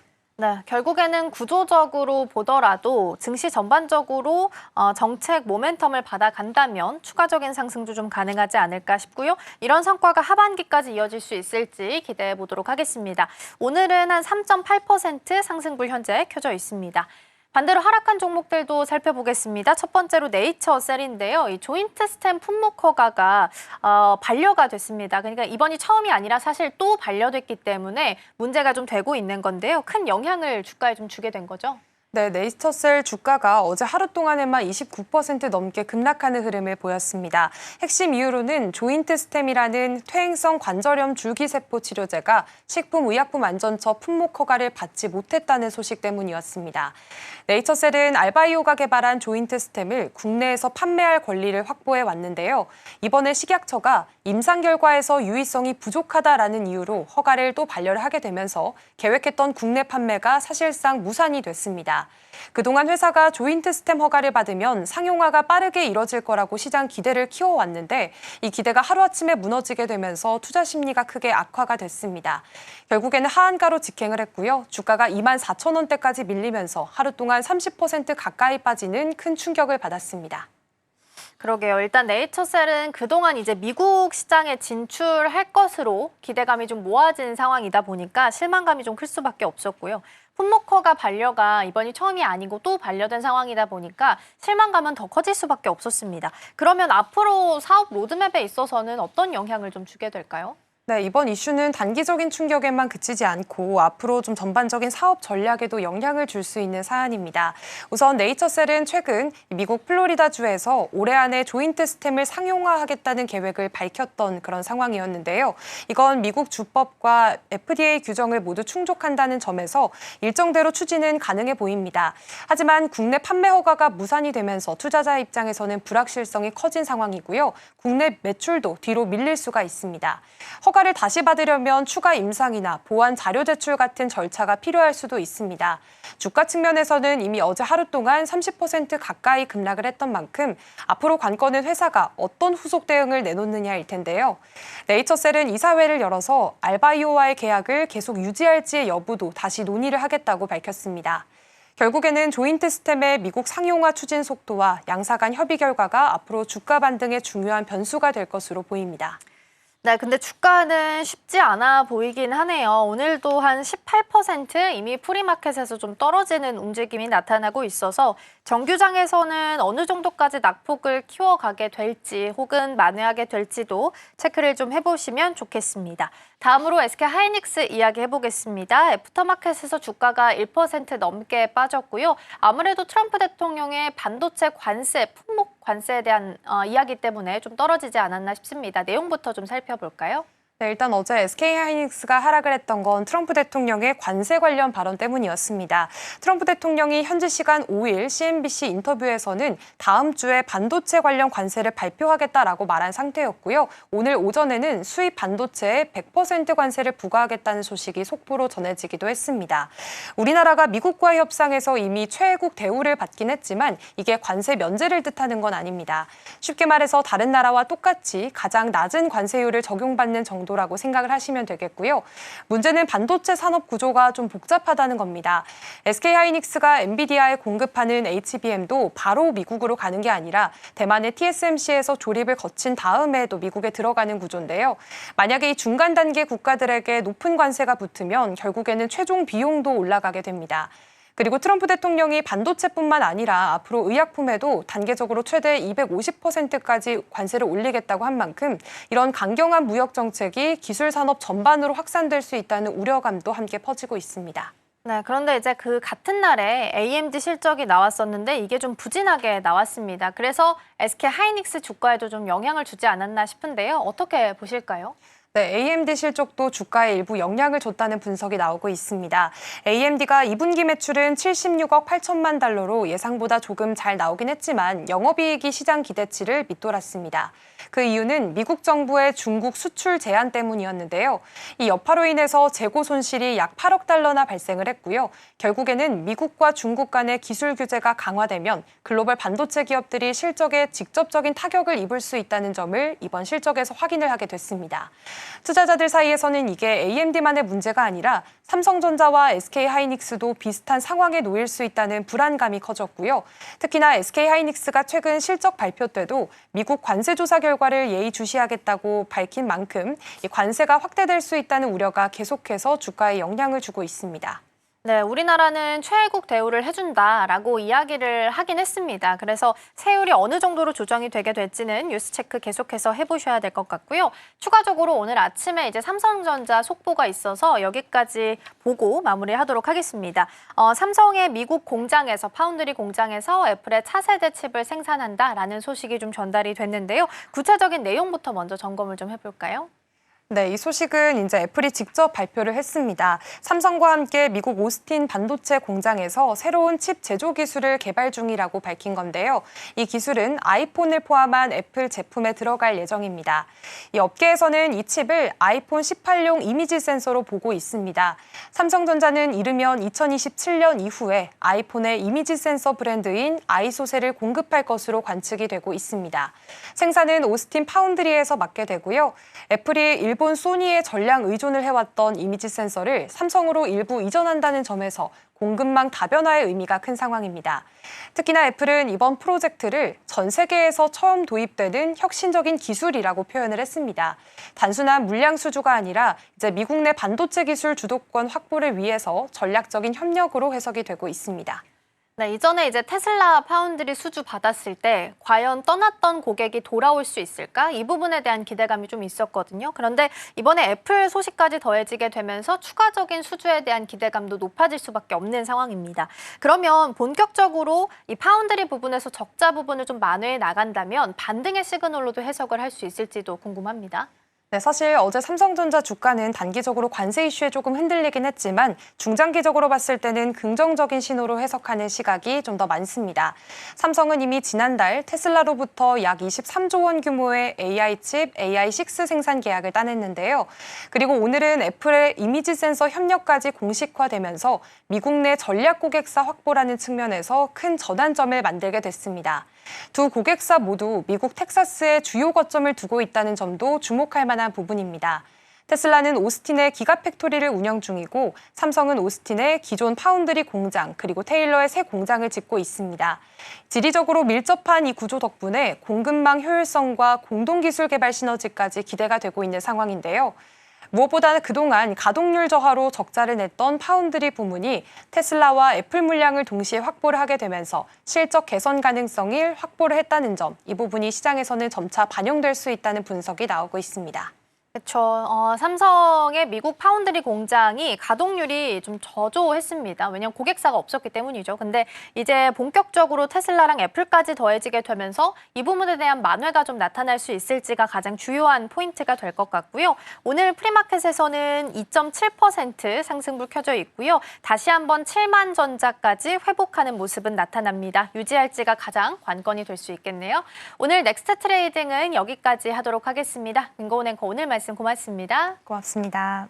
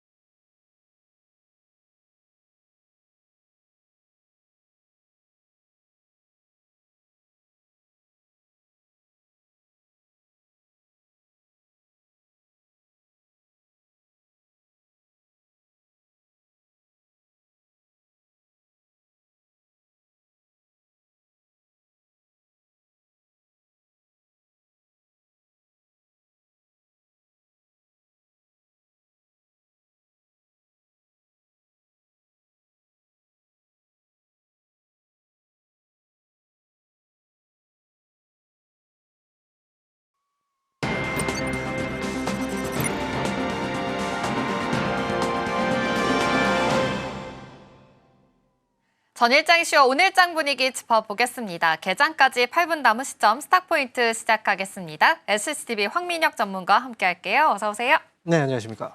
네, 일단 간밤에 있었던 뉴욕 증시 이야기부터 짧게 하겠습니다. 3대 지수는 모두 상승으로 마감했습니다. 하지만 애플이 좀 시장을 이끌어줬는데요. 이 1,000억 달러이죠. 대규모 투자 발표가 이어지면서 기술주들을 중심으로 해서 동반 상승 랠리가 펼쳐졌습니다. 함께 참고해 보시면 되겠고요. 관련해서 지금 반도체도 100%의 관세를 부과하겠다라고 트럼프 대통령이 이 말했습니다. 오늘 시장에서는 어떠한 이슈들로 좀 주가가 반영이 될지까지 계속해서 지켜보시면 좋겠습니다. 어제 우리 증시에서는 좀 그래도 전반적으로 나쁘지 않은 흐름이 이어졌습니다. 일단은 코스피가 3,200선 목전까지 다가온 모습이었고요. 코스닥에서도 800선을 넘겼습니다. 기관의 순매수들이 좀 있었기 때문인데요. 요즘 시장 아무래도 관세에 대해서 지금 상호관세 시한을 바로 앞두고 있는 만큼 수단매가 좀 빠르게 돌고 있는 것으로 포착이 됩니다. 함께 이야기 나눠보겠습니다. 아무래도 지금 외국인과 기관에서는 매수가 좀 힘있게 들어오진 않고 있는 것 같습니다. 그래도 요즘 시장 분위기가 많이 떨어지고 있는 것 같진 않거든요. 어떻게 보고 계실까요? 네, 시장은 사실 이번에 관세 부과와 관련해서 좀 많이 좀 흔들렸거든요. 네. 그런데도 불구하고 뭐 한 번의 급락이 있긴 했었지만 결국은 조금 빠르게 회복을 하고 있어요. 네. 그래서 상대적으로 이제 관세에 대한 충격들은 이미 선반영이 좀 많이 된 상황이고 어느 정도 예상을 했던 부분이었기 때문에 그래서 조금 더 빠르게 회복을 하고 있지 않나라고 생각이 들거든요. 결국은 관세에 대한 부분들은 우리가 이제 걱정했던 거기 때문에 이게 좀 지나게 된다면 해소가 되는 거라 그래서 불확실성 해소 자체가 시장의 상승으로 이어지는 거거든요. 그래서 지금은 이제 관세 이번에 이제 부과를 앞두고 있는 시점이기 때문에 그 전에 이제 한번 눌렸다가 다시 숨을 고르면서 다음 반등을 좀 준비하고 있지 않나 시장의 분위기상으로 그렇게 생각이 들고요. 가장 중요한 건 이제 왜 지난번에 3,288포인트의 고점을 찍고 이렇게 흔들렸을까라고 생각을 해본다면 결국은 이제 현재 국내 증시 같은 경우에는 역사적인 신고가를 거의 코앞에 두고 있는 상황이에요. 네. 그래서 그 자리를 돌파하기 위해서는 그만큼 강력한 상승의 어떤 재료 이런 것들이 필요하거든요. 근데 그게 지금 아직은 나오지 않은 상태이기 때문에 그래서 한 번쯤은 이제 쉬어가는 그리고 또 고점 부분이라고 인식했던 이제 단기 물량들이죠. 특히나 그 단기 물량들은 대부분 기관 쪽에서 많이 움직여요. 그래서 기관 쪽에서의 매도가 투매를 촉발을 시켰고 그래서 한 번에 이제 눌림 이런 모습이 있었지만 결국 시장은 조금 더 안정되고 빠르게 안정되고 있고요. 그리고 결국은 시장에서의 그 큰 재료라고 한다면 현재 시장은 상승장이라는 거죠. 그래서 상승장에서는 네. 뭐 악재가 나와도 금방 또 해소가 되고 또 올라가거든요. 그래서 지금은 코스피 지수가 다시 또 정상화되고 있는 과정이고 또다시 이제 위쪽으로 지난 고점을 조만간 또 돌파하는 시도가 나오지 않을까 이렇게 예상하고 있습니다. 네, 지난 고점을 다시금 돌파해주지 않을까라는 긍정적인 시그널 주셨는데요. 오늘 코스피 코스닥 양시장 상승 출발할 것으로 예측이 되고 있습니다. 지금 코스피가 3,223포인트 선 지나갈 것으로 보이는데 3,200포인트 선 위로 올라왔거든요. 관련해서도 함께 체크해 보시면 좋겠습니다. 일단 관세 시한을 또 코앞으로 지금 앞두고 있는 상황입니다. 미국 동부 시간으로 8월 7일, 우리 한국 시간으로는요. 오늘 오후 1시 1분이라고 합니다. 이제 본격적으로 상호 관세가 부과가 될 텐데 이로 인해서 우리나라 시장 좀 다시금 흔들릴 수 있을 것이라고 포착이 되거든요. 지금 오전장에서는 그래도 강하게 출발은 해주고 있지만 15%의 상호 관세 부과가 된다면 앞으로의 랠리 어떻게 좀 전망을 해보면 좋을까요? 일단 기본적으로는 기존에 현재까지는 10%의 관세를 부과받은 상태였고 네. 여기서 5%가 추가로 부과가 되는 거기 때문에 기존보다는 당연히 대미 수출에 있어서는 문제가 좀 생길 수가 있겠죠. 아무래도 수출이 규모가 좀 줄어들 거고 그리고 5%가 더 추가된 효과가 앞으로 뭐 자동차라든지 수출 기업들의 실적에 반영이 될 텐데 네. 이 부분은 확인이 아직 되지 않은 거예요. 그래서 불확실한 상황 속에서 가야 되기 때문에 그 전보다는 당연히 좀 영향이 분명히 있을 거라고 생각이 들고 하지만 우리가 한시를 기점으로 해서 이제 발효가 된다면 그러면 그 전에 이제 결국은 시장에서는 이 일정들을 다 알고 있었고 관세 협상도 이미 나온 상태이기 때문에 한시라는 그 시간은 사실 그렇게 되게 중요한 시간은 아니거든요. 그래서 이미 부과받을 거라는 확정이 나온 상태였기 때문에 그래서 이미 선반영이 좀 됐던 거고 그래서 불확실성이 완전하게 해소되는 시기가 바로 이제 오늘 1시 정도라고 생각하시면 됩니다. 그래서 지금 그 전까지는 이제 눈치 보기 두 가지가 있을 것 같아요. 눈치를 좀 보다가 그 시점에서 눈치를 보다가 이제 시간이 지나면 이제 움직이는 매수세가 들어오거나 뭐 이런 부분들도 있겠지만 아니면 좀 어쨌든 이 문제는 이제 결국은 다 지나가는 문제이기 때문에 그래서 그 전부터 이제 매수가 좀 강하게 붙거나 뭐 이 두 가지일 텐데 중요한 건 이제 수급적으로 봤을 때는 외국인 수급이 좀 들어와 줘야 될 것 같습니다. 기관 쪽의 수급은 단발성 수급이기 때문에 아무래도 지금은 이제 여기서 추가적으로 더 올라가기 위해서는 외국인 수급이 좀 더 중요하고 그래서 오늘 장중에 외국인 수급을 좀 더 파악하시는 게 좋을 것 같다 이렇게 말씀드리겠습니다. 네, 좋습니다. 지금 관세 부과 관련해서 그 전에는 아무래도 좀 눈치 보기 장세였고요. 관련된 불확실성은 선반영이 됐다라고 해석을 하고 있습니다. 지금 상황에서는 확정이 또 된 상황이기 때문에 외국인들의 수급이 계속해서 들어올 수 있을지 계속 눈여겨보시면 좋을 것 같습니다. 오늘 아침에 트럼프 대통령 지금 반도체 관세를 부과하겠다라고 발표했습니다. 100% 관세거든요. 아무래도 지금 자동차보다도 더 큰 관세율이 지금 부과가 된 상황입니다. 그렇다면 우리나라 반도체 투톱 좀 다시금 불안정한 상황이 이어질 수 있을 것 같은데요. 반도체 관세 쪽으로는 어떤 전략을 세워보면 좋을까요? 네, 트럼프 대통령이 반도체 관세를 100% 매긴다. 네. 사실 뭐 놀라울 일인데 이제는 놀랍지도 않습니다. 뭐 의약품 같은 경우 250%까지 얘기를 했잖아요. 네. 근데 사실 그 전에도 관세에 대한 발표를 초기에 했었지만 그 세율을 그대로 유지했던 적들은 거의 없어요. 항상 이제 발표를 하고 좀 크게 한번 부르고 나서 그 다음에 점점 이제 내렸죠. 그래서 이번에도 100%의 관세 부과라는 건 사실 앞으로도 줄어들 거라고 생각을 하고 있긴 한데 이번에 이제 관세가 100%라는 건 만약에 이렇게 시행이 된다. 뭐 어쨌든 관세를 부과시킨다는 것 자체는 반도체 쪽에는 분명히 이제 안 좋은 영향을 줄 수밖에 없다. 이렇게 생각이 들거든요.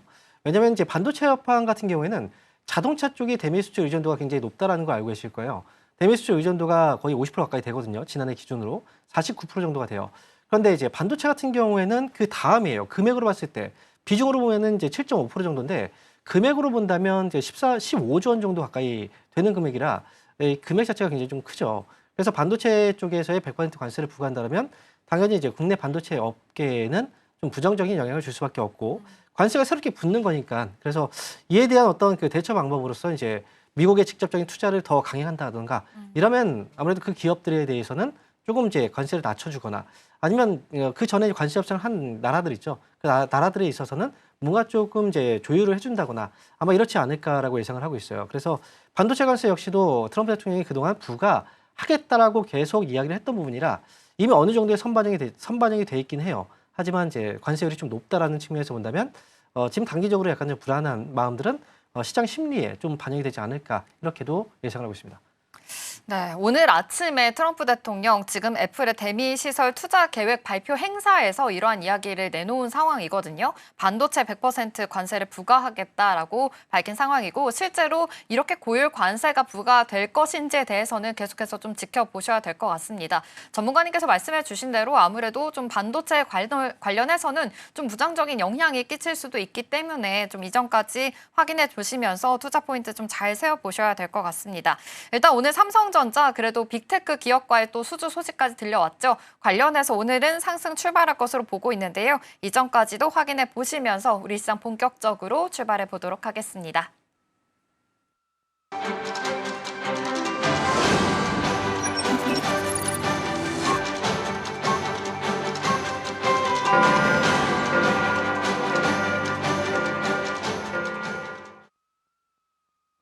(8월 7일) 목요일 우리 시장 본격적으로 출발해 보도록 하겠습니다. 일단 간밤 뉴욕 증시에서는 3대 지수가 모두 상승으로 마감했습니다. 그중에서도 애플의 랠리가 좀 좋았는데요. 5% 강세 흐름을 보였습니다. 그러다 보니 기술주 중심의 나스닥 지수도 상승하는 랠리가 펼쳐졌는데요. 이 대미 투자를 발표했기 때문입니다. 1,000억 달러를 투자하겠다라고 이야기하면서 전반적인 흐름을 좀 이끌어줬습니다. 오늘은 또 상호관세 시한을 또 우리나라 시간으로 해서 오후 1시 기점으로 해서 본격적으로 또 시행이 될 예정이니까요. 이전까지 참고해 보시면서 투자 대응해 보시기를 바라겠습니다.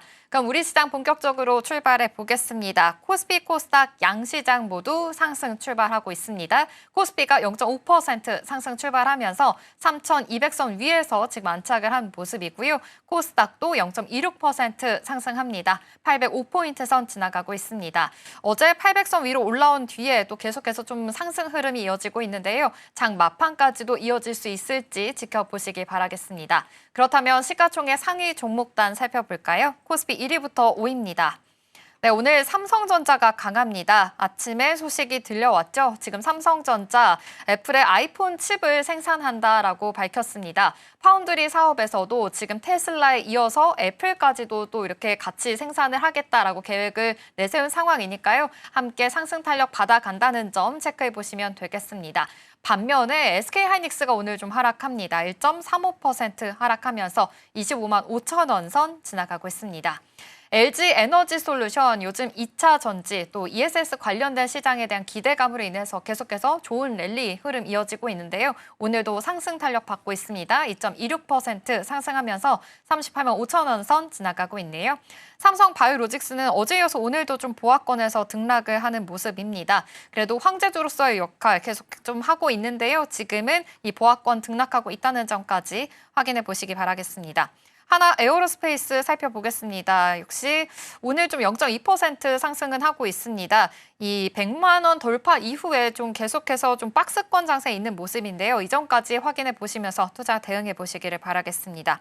이 밖에 뭐 현대차라든지 기아는 오늘 1% 상승하고 있는데요. 관련해서도 잠시 후에 전략 세워보도록 하겠습니다.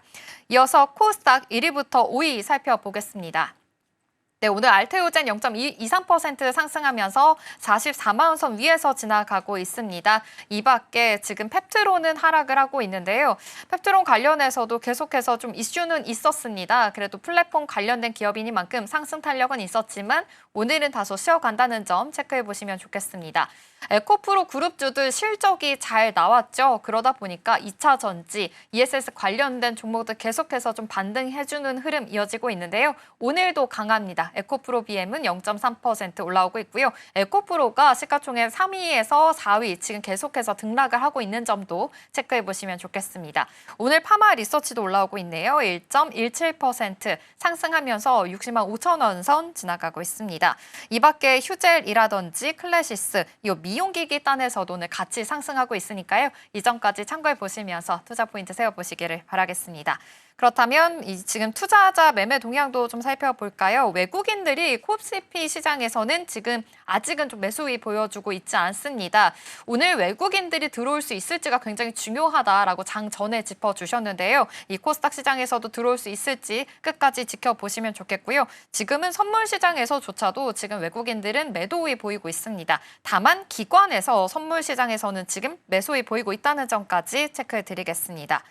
전문가님, 오늘 아침 상황이 그래도 생각만큼은 좀 나쁘지 않아 보입니다. 지금 관세 시한 또 앞두고 있는 만큼 불안정할 수가 있는데 코스피 코스닥 양시장 상승 출발하고 있거든요. 지금의 분위기 어떻게 해석해 보면 좋을까요? 네, 아무래도 이제 탑코 트레이드가 좀 나오고 있는 것 같긴 해요. 네. 특히나 반도체 쪽이 좀 움직이거든요.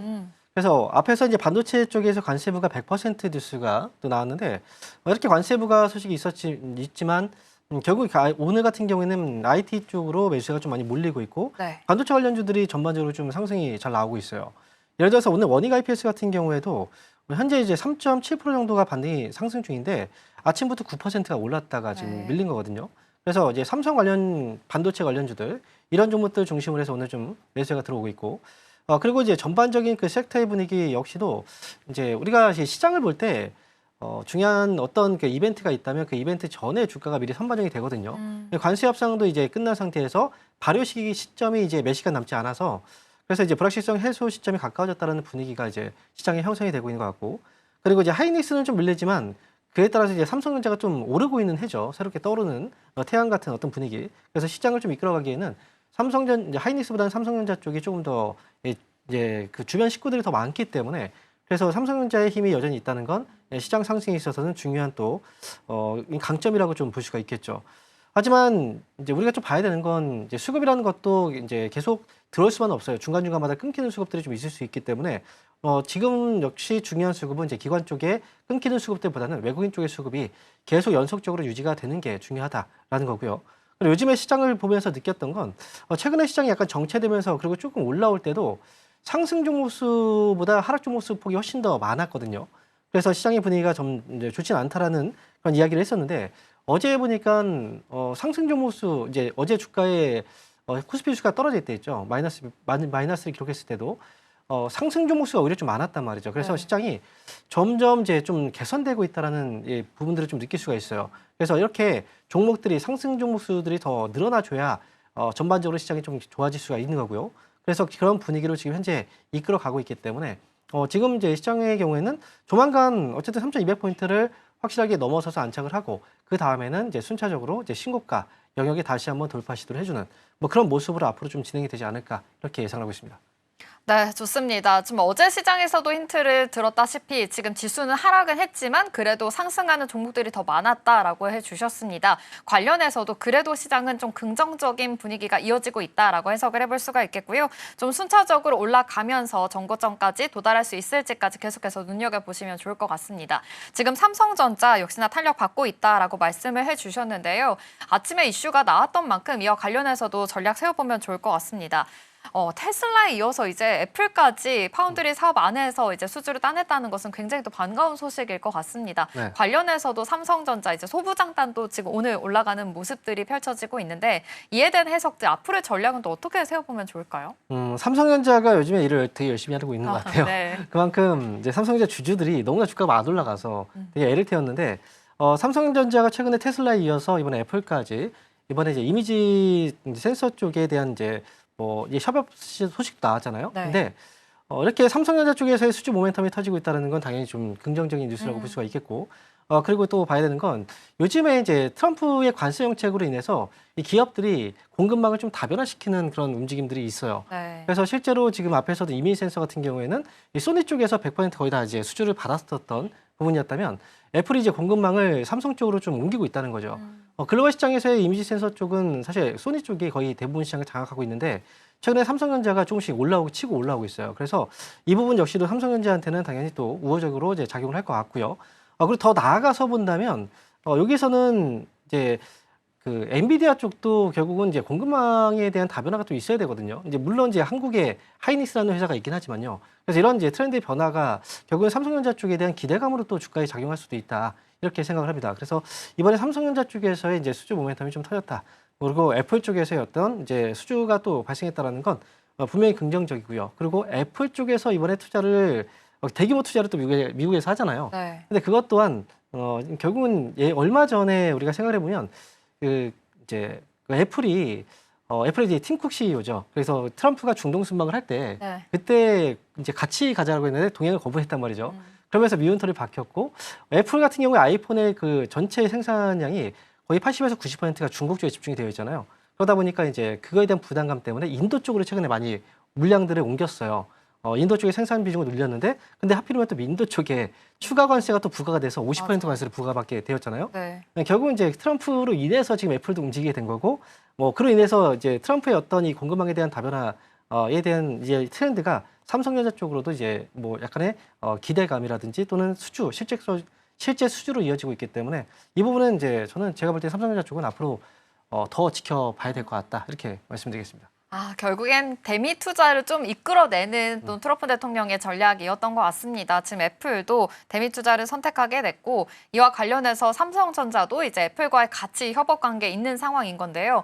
지금 삼성전자 보면은 HBM도 중요하지만 파운드리 쪽도 굉장히 또 전략들 잘 세워보면 좋겠잖아요. 그럼 이 안에서 소부장 딸들도 HBM 안에서의 소부장보다는 지금 좀 더 파운드리 쪽의 전략을 더 세워보는 게 어떨까라는 생각도 드는데 이쪽은 어떻게 보고 계세요? 파운드리 쪽에서는 사실 전 세계에서 이제 TSMC 쪽으로 많이 수주들이 많이 몰려 있잖아요. 네. 근데 지금 이제 관세 정책 때문에 관세에 대한 변화가 어떻게 바뀔지 몰라요. TSMC 쪽에서도 이제 미국에 또 투자를 한다 이런 뉴스가 있긴 한데 결국은 만약에 이제 그런 이제 관세적인 문제도 있긴 하지만 한쪽에 너무 치우쳐서 이제 물량들을 계속 이제 받다 보면은 만약에 공장에 화재가 발생하거나 뭐 지진이라든지 이런 이 지정학적 어떤 리스크가 또 발생하게 된다면 그럼 그로 인해서 공급에 차질이 생길 수가 있거든요. 그렇기 때문에 지금 TSMC 쪽으로 파운드리 물량들이 많이 몰려 있긴 하지만 삼성전자 역시도 이제 파운드리 쪽에서 굉장히 큰 강점을 지니고 있는 그런 기업이기 때문에 네. 그래서 뭐 테슬라도 그렇고 지금 여기서 이제 애플도 그렇고 그다음에 뭐 이제 AMD라든지 브로드컴 이런 회사들이 다 삼성전자 쪽에 수주를 주고 있는 거거든요. 그래서 삼성전자도 이제 파운드리 쪽에서의 어떤 강점을 조금 더 키워주고 투자를 많이 진행하게 된다면 앞으로 이제 공급 다변화에 의해서 이제 들어오는 물량들을 낙수 효과로 또 받아낼 수 있기 때문에 삼성전자 파운드리 쪽은 지금은 이제 최악의 어떤 상황들을 좀 지나고 있는 그런 과정이 아닐까. 그래서 지금은 좀 주목을 분명히 해야 될 시기다. 이렇게 말씀을 드릴 수가 있겠습니다. 네, 좋습니다. 지금 삼성전자, 빅테크 기업들과의 이런 파운드리 사업에 대한 랠리가 또 펼쳐지고 있는 상황입니다. 낙수 효과까지 더 기대해봐도 좋을 것 같다라고 말씀해 주셨으니까요. 투자 포인트 잘 세워보시면 좋겠습니다. 그리고 자동차 이야기도 좀 해봐야 될 것 같습니다. 오늘 아침에 이 현대차가 GM과 손을 잡았다라는 소식이 들려왔습니다. 지금 차량 5종을 공동 개발을 하면서 이제 2028년까지 만들고 순차적으로 출시하겠다라고 밝혔는데요. 현대차 안에서는 지금 GM과 손을 잡았다는 소식이 또 굉장히 좋지만 사실 이제 관세 이야기도 빠질 수가 없잖아요. 지금 25%라는 관세까지 같이 또 매겨져 있는 상황입니다. 이에 대한 이야기는 어떻게 보면 좋을까요? 대미 투자까지 되는 거니까 또 긍정적으로 해석을 해보면 좋은 걸까요? 물론 긍정적이라고 봐야 되는데 지금은 이제 어쨌든 살아남기 위해서 어쩔 수 없이 전략들을 많이 구사하고 있는 것 같아요. 네. 결국 이제 미국 쪽의 그 업체하고 손을 잡고 이제 한다는 건데 네. 사실 그 자동차 업계 같은 경우에는 이번에 관세 쪽에서는 약간 좀 피해 업종이라고 좀 많이 거론이 되고 있어요. 그러니까요. 왜냐하면 우리나라가 관세가 미국으로는 없었거든요. FTA가 발효가 돼서 미국으로 들어가는 자동차의 판매에 있어서는 관세가 없었어요. 근데 일본이나 유럽 같은 경우에는 이제 미국으로 들어가는 자동차 수출차들에 대해서는 2.5%의 관세가 있었단 말이죠.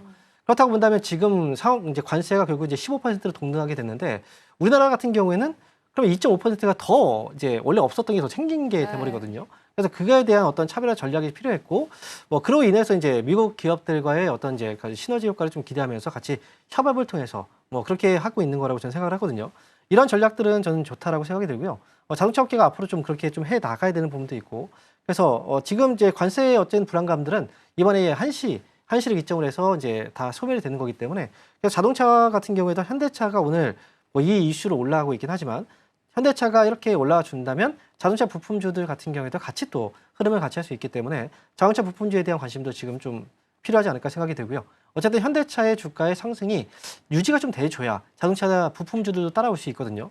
그래서 지금 오늘 올라가는 것보다는 앞으로 현대차의 주가가 연속성을 띠고서 올라가 준다면 자동차 부품주에 대한 투자도 지금은 좀 고려를 해보는 것도 좋다 이렇게 말씀드리겠습니다. 그러면 오늘 이렇게 관세로 인해서 뭐 한시를 기점으로 해서 좀 부과가 되니까 이제부터는 들어가야 되나가 아니라 오히려 좀 이 상황을 더 지켜봐야 되겠는 상황으로 봐야 되는 걸까요?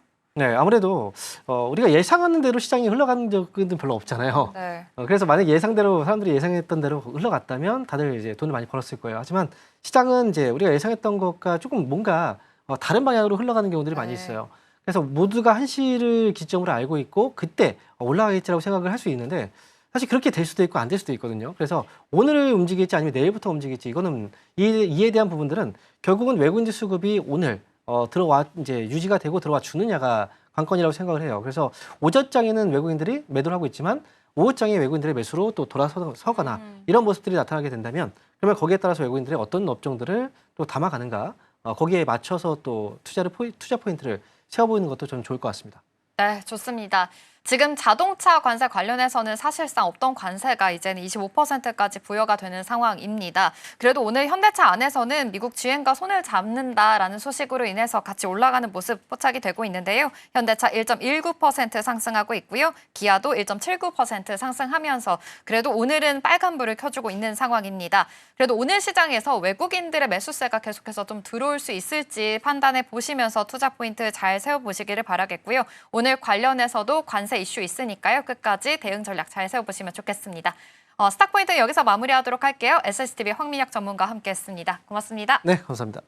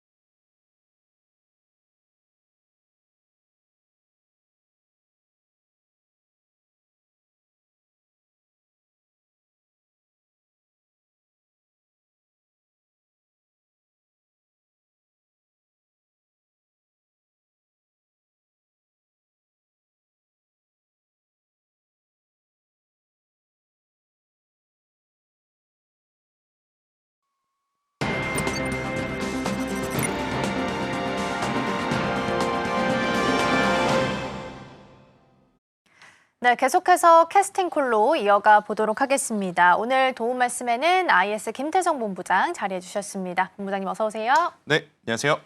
네, 마침 또 뉴스가 많은 날 나와주셨어요. 오늘 시장 분위기 먼저 좀 살펴볼 텐데요. 코스피, 코스닥 엇갈린 흐름 좀 보이고 있고요. 코스피 쪽에서는 그래도 강보합은 지켜냈지만 양시장 모두 현물 그리고 선물 쪽에서 외국인 투자자가 좀 빼고 있는 분위기 나타나고 있습니다.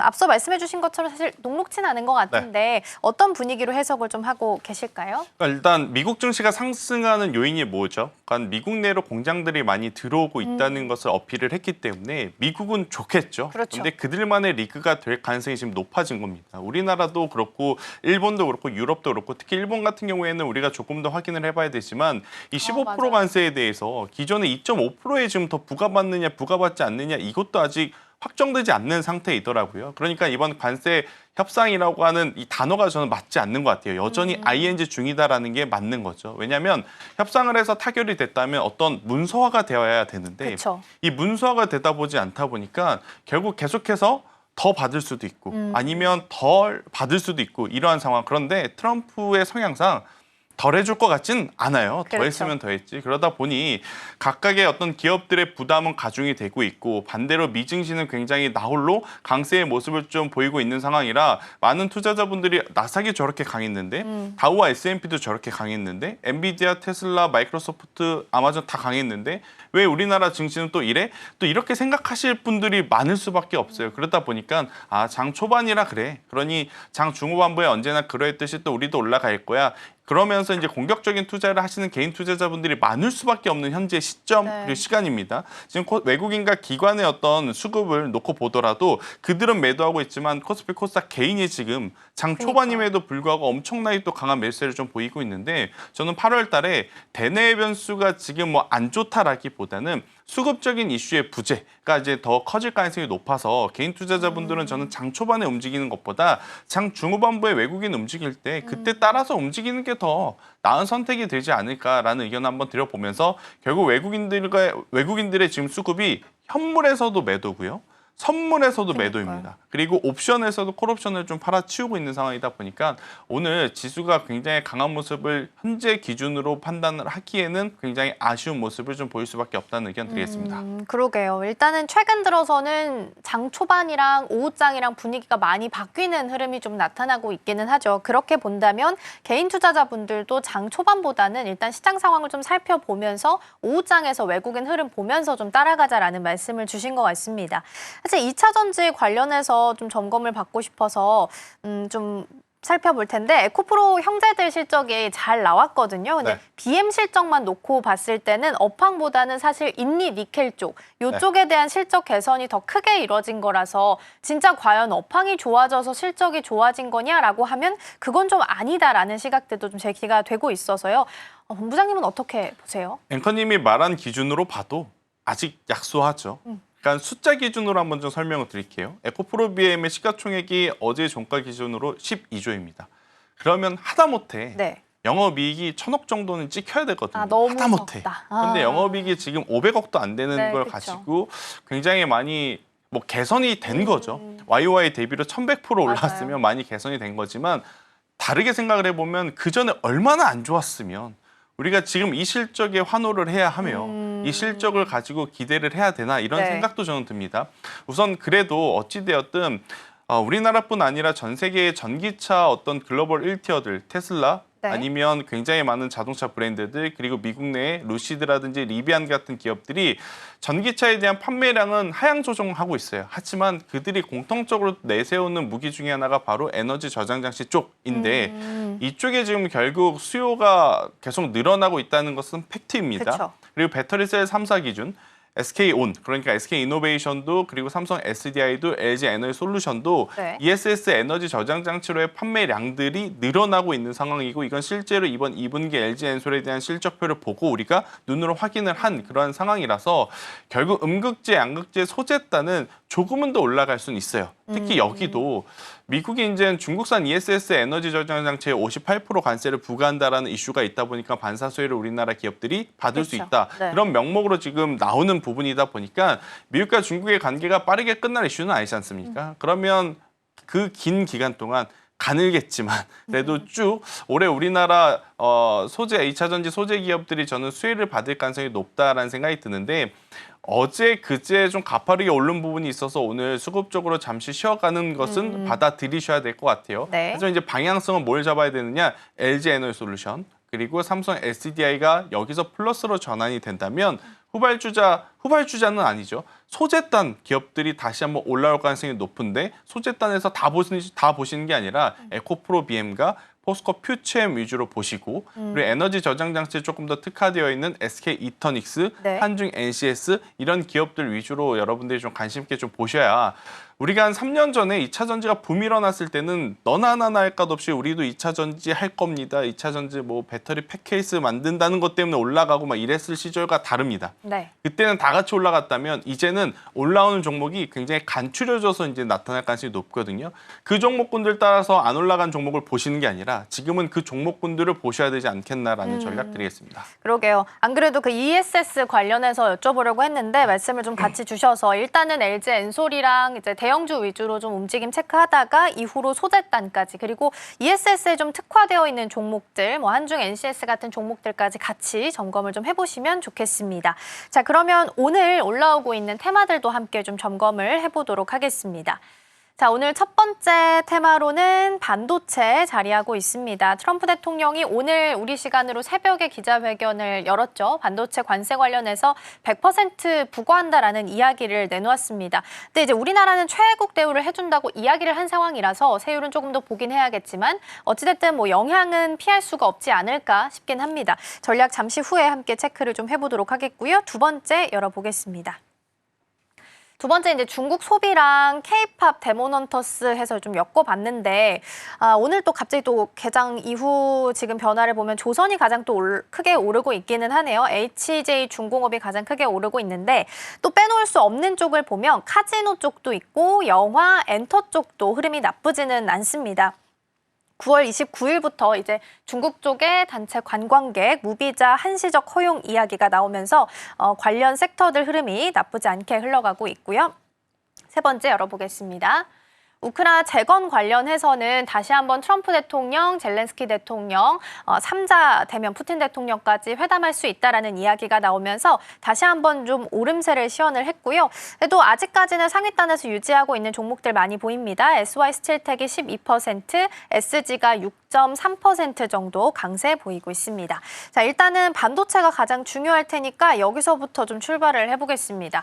최애국 대우를 약속은 했는데 사실 네.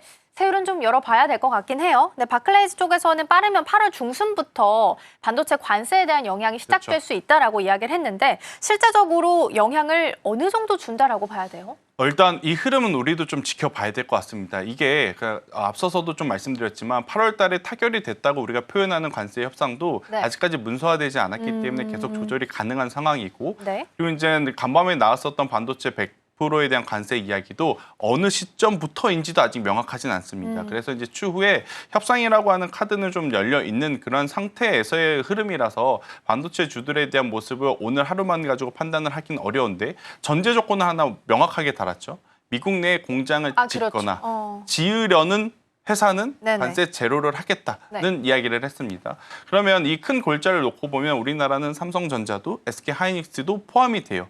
그런데 여기서도 이제 좀 고민이 되는 게 오르려면 같이 올라와야 하죠. 네, 삼성전자와 하이닉스 같이 올랐으면 아마 고민이 없을 겁니다. 그런데 오늘 삼성전자는 오르고 반대로 SK 하이닉스는 지금 밀려 내려오는 상황이다 그렇죠. 보니까 지금 삼성전자가 오르는 게 결국은 미국 내 공장을 짓고 있고 가지고 있는 것보다는 애플과의 협력 이슈 때문이라고 보여지는구나. 그러면 반도체 관세에 대한 이야기가 지금 우리나라 반도체 전체적으로 아직까지는 투자 심리를 위축할 수밖에 없다고 유축을 해볼 수 있는 상황이라서 저는 반도체 쪽은 여전히 관심 있게 봐야 되는 섹터이긴 하지만 오늘 하루만 가지고 판단을 하기엔 어렵다. 하지만 오늘 같은 날 여러분들이 두 가지를 기준을 삼아서 뽑아 놓으셔야 돼요.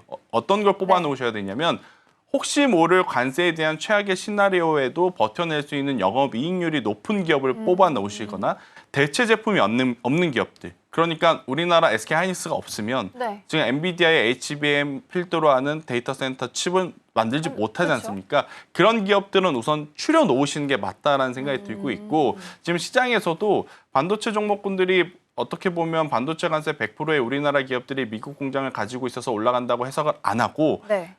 애플과 삼성의 만남에 조금 더 집중을 하는 것 같아요. 지금 움직이는 솔브레인이라든지 하나마이크론이라든지 한솔케미칼이라든지 그리고 가온칩스, AD 테크놀로지 그러니까 2주 전에 삼성전자와 테슬라가 만난다라는 이슈 때문에 올라온 종목군들이 오늘 또 움직이는 거거든요. 그러면 지금 반도체 종목군들 움직이는 투심은 관세에 대해서 우리나라가 지금 리스크가 없다. 이게 아니라 일단은 이건 나중에 보더라도 삼성전자, 애플의 만남에는 굉장히 좋은 희소식이다. 이렇게 좀 해석이 되는 부분이라 종목군들을 지금 잘 추려야 될 것 같아요. 네. 단기적으로 보신다면 오늘 시세가 난 쪽을 보시는 게 맞을 것 같고 중장기적으로 보신다면 종목을 잘 추려놓고 이번 주에 저는 추가적인 조정이 나온다면 그 조정부터 천천히 모아가는 전략이 맞지 않겠는가라는 의견 드리겠습니다. 그렇군요. 오히려 오늘 삼성전자가 오르는 이유는 애플과의 만남 때문에 조금 더 시장에서는 주목을 하고 있는 것 그렇죠. 같다라는 상승에 대한 해석을 좀 주셨습니다. 그러면 이제 삼성 파운드리 공장에서 칩 생산한다라는 게 가장 큰 골자인데